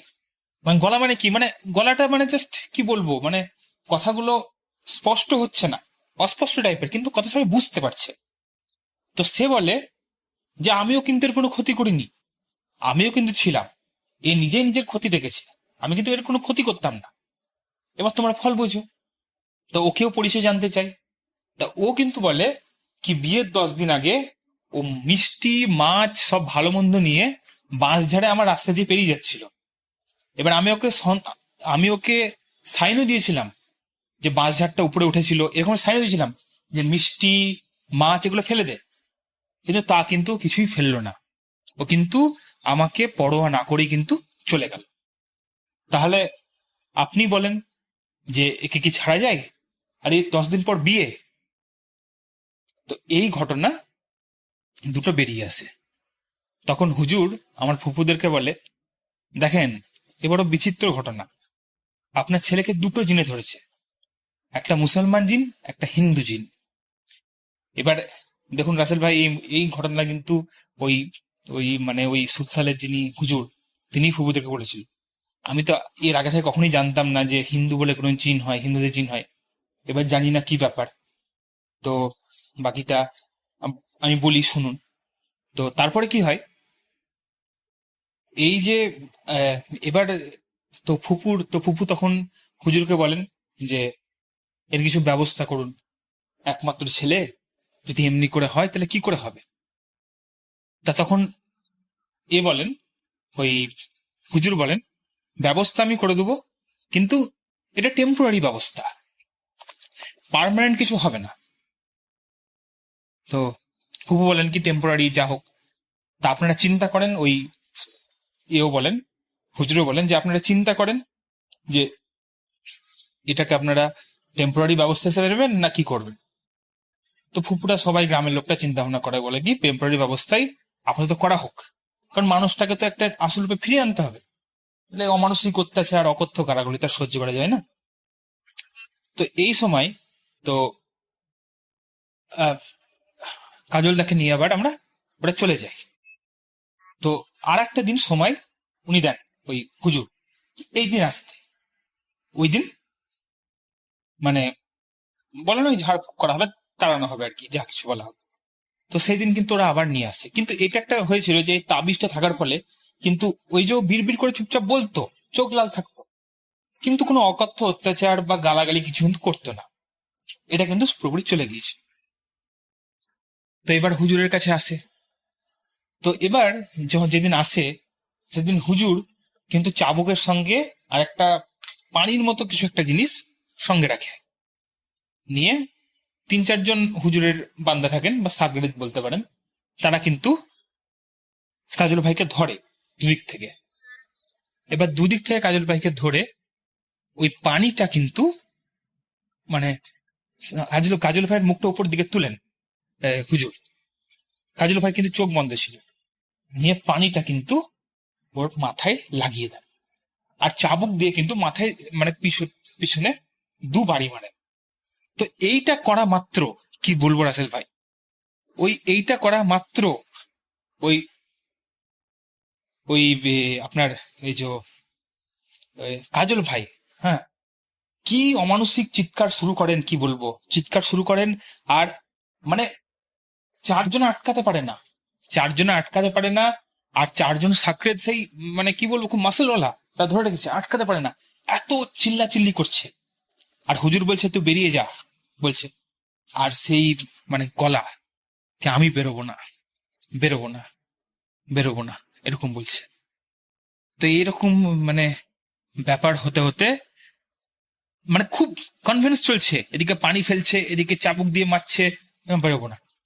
তখন ওই আপনার যে মুসলিম জিনটা ছিল তার সঙ্গে ওই হুজুরের একটা হয়, চুক্তি হয় যে আমি এখন বেরিয়ে যাব, যতদিন পর্যন্ত এই তাবিজটা ওর কাছে থাকবে ততদিন পর্যন্ত আমি আসবো না, ঠিক আছে? কিন্তু যদি কোনোদিন এই তাবিজ ও খুলে ফেলে তাহলে কিন্তু সেদিন আমি আবার শরীরে প্রবেশ করব। এই রকম চুক্তি ওই মুসলিম জিনটা হুজুরের সামনে রেখে দেয়। তো হুজুর তখন ফুফুদের দিকে তাকায়, কি আপনারা রাজি? কারণ যেহেতু হুজুর প্রথমে ফুফুদেরকে বলেছিল যে টেম্পোরারি সলিউশন হবে, পার্মানেন্ট হবে না, তাই ফুফুরা বলেন রাজি। তো তখন আপনার ওই হুজুর বলে কি রাজি। তো তারপর আর কিচ্ছু হয় না। তারপরে জাস্ট ওই মুহূর্তেই যখনই রাজি বলে তখনই কিন্তু কাজল ভাই মাটিতে লুটিয়ে পড়ে। তো তখন হুজুর বলেন যে একটা বালা গেল, আর একজন এখনো আছে। তো হঠাৎ করে মানে কি বলবো, শুধুমাত্র কিচ্ছু না, মানে ওই হুজুর, জানি না হুজুর কতটা মানে পাওয়ারফুল ছিলেন, শুধুমাত্র চোখের দিকে তাকিয়ে শুধু ভুরু উঠিয়েছেন। মানে বলে না, আমরা বলি না কি কেমন আছো, চোখ তুলে বলি না, সেই রকম করে শুধুমাত্র কাজল ভাইয়ের দিকে তাকিয়ে চোখ তুলেছেন। আর তোলা মাত্র কাজল ভাই ওই চারজন সাকরেতকে ঠেলে ফেলে একদম দরজা দিয়ে ছুটতে স্টার্ট করেছে। রাস্তার মধ্যে ছুটছে, মানে সে কি বিশাল কাণ্ড। রাস্তার মধ্যে ছুটছে কাজল ভাই আর সবাই পিছনে ছুটছে।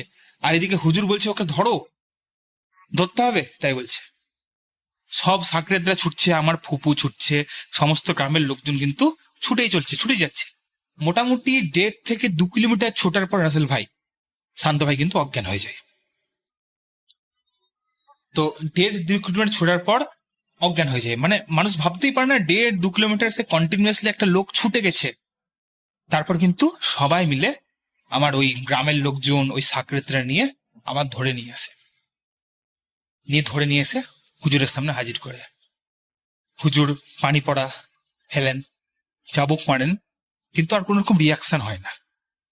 তখন ওই হুজুর ফুফাকে বলেন ইনশাল্লাহ আমাদের কাজ সম্পূর্ণ হয়েছে, ওই হিন্দু জিনের কাছ থেকে আপনার ছেলে রেহাই পেয়েছে। হিন্দু জিনটা একটু ভয় ছিল, সে মুসলিম জিনের এরকম কাণ্ড দেখে টিকতে পারেনি, শুধুমাত্র আমার চোখের ইশারাতে এসে চলে গেছে। কিন্তু এই যে মুসলিম জিন, কিন্তু ওই হুজুর বলে দেন যে এই যে মুসলিম জিন, সে কিন্তু খুব জেদি টাইপের। ও কিন্তু আবার যে কোনো সময় শান্ত ভাইয়ের দেহে আসতে পারে, কাজল ভাইয়ের দেহে আসতে পারে, ঠিক আছে? তো এই তাবিজ কিন্তু খোলা যাবে না। তারপর আজকে 2022 সাল হতে চললো। আপনাকে বলে রাখি যে কাজল ভাই এখন ভালো আছেন, তার 2টো বাচ্চাও হয়েছে, তিনি এখন ভালো আছেন। তাবিজ কিন্তু তিনি খোলেন না। আমরা মাঝে মাঝে মজা করি কাজল ভাই তাবিজটা খুলে, এতে কিন্তু ফুফু খুব স্ট্রিক্ট থাকেন। ফুফু বলেন না, আমি আবার সংসারে অশান্তি চাই না। তো এই ছিল আমার ঘটনা রাসেল ভাই। এটা পুরোপুরি সত্য ঘটনা, এটা আমার ফুপুর মুখে শোনা, আব্বুর মুখেও শোনা। তো আশা করি গল্পটা যদি ভালো লাগে আপনি পাবলিশ করবেন। এছাড়াও আমাদের ফ্যামিলিতে আর 2-3টা ঘটনা রয়েছে, একদম সত্যি ঘটনা। তো যদি ইন্সপিরেশন পাই, ইন্সপায়ার্ড হই, যে তাহলে অবশ্যই আমি বাকিগুলো পাবলিশ করব। সালাম আলাইকুম, ভালো থাকবেন, খুদা হাফিজ।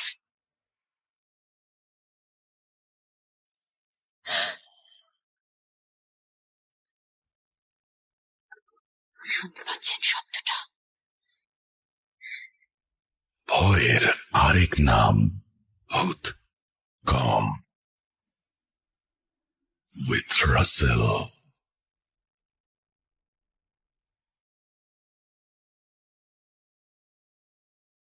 Welcome back. আপনাদের সবাইকে অনেক অনেক ধন্যবাদ এতক্ষণ পর্যন্ত আমাদের সাথে থাকার জন্য। অনেক অনেক শুভকামনা রইল। সব সময় এই ইউটিউব চ্যানেলটি সম্পর্কে আপডেট পেতে আমাদের ইউটিউব চ্যানেলটিকে সাবস্ক্রাইব করুন। আশা করছি আমরা একসাথে অনেকটা পথ হাঁটব। আজকের মতো এখানে বিদায় নিচ্ছি। সবাই ভালো থাকুন, সুস্থ থাকুন, মোস্ট ইম্পর্টেন্টলি ভূত.com এর সাথে থাকুন। আল্লাহ হাফিজ। চালু করে দিবি, ভিডিও হইতে থাকবো 4 মিনিট। পরেরটা দেখে আমি করবো। হ্যাঁ,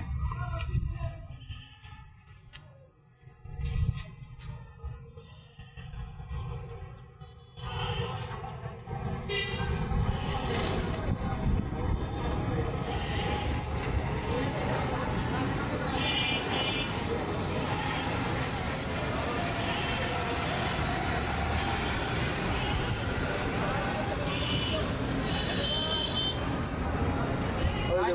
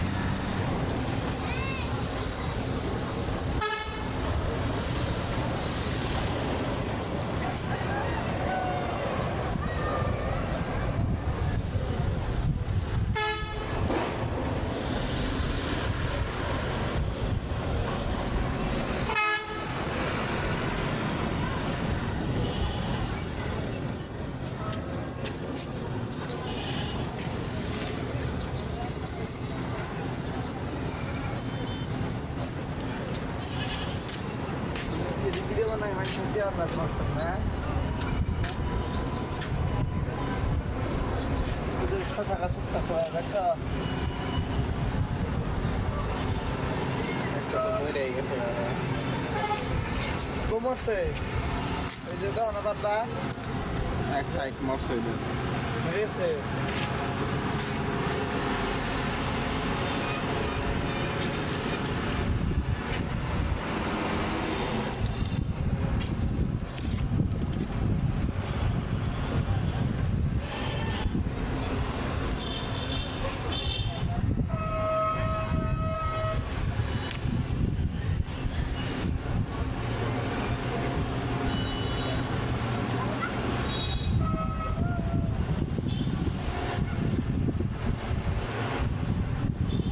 ভিডিও কাটা বানাবো না দিদি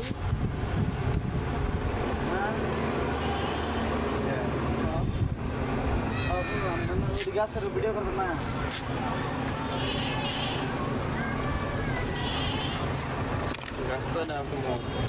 একটা দুইটা তিনটা চারটা এমনি খালি ধরবো না সাতটা পাঁচটা ছয়টা হইব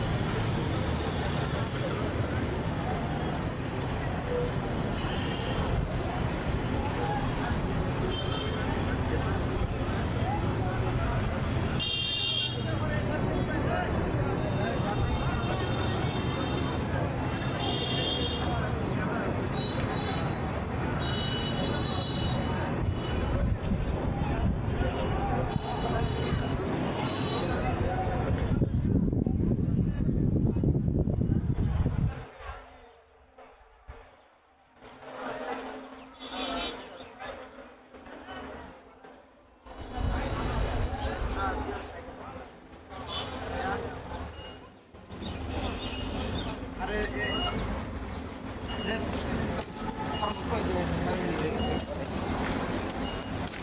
হয়েছে 4 মিনিট 20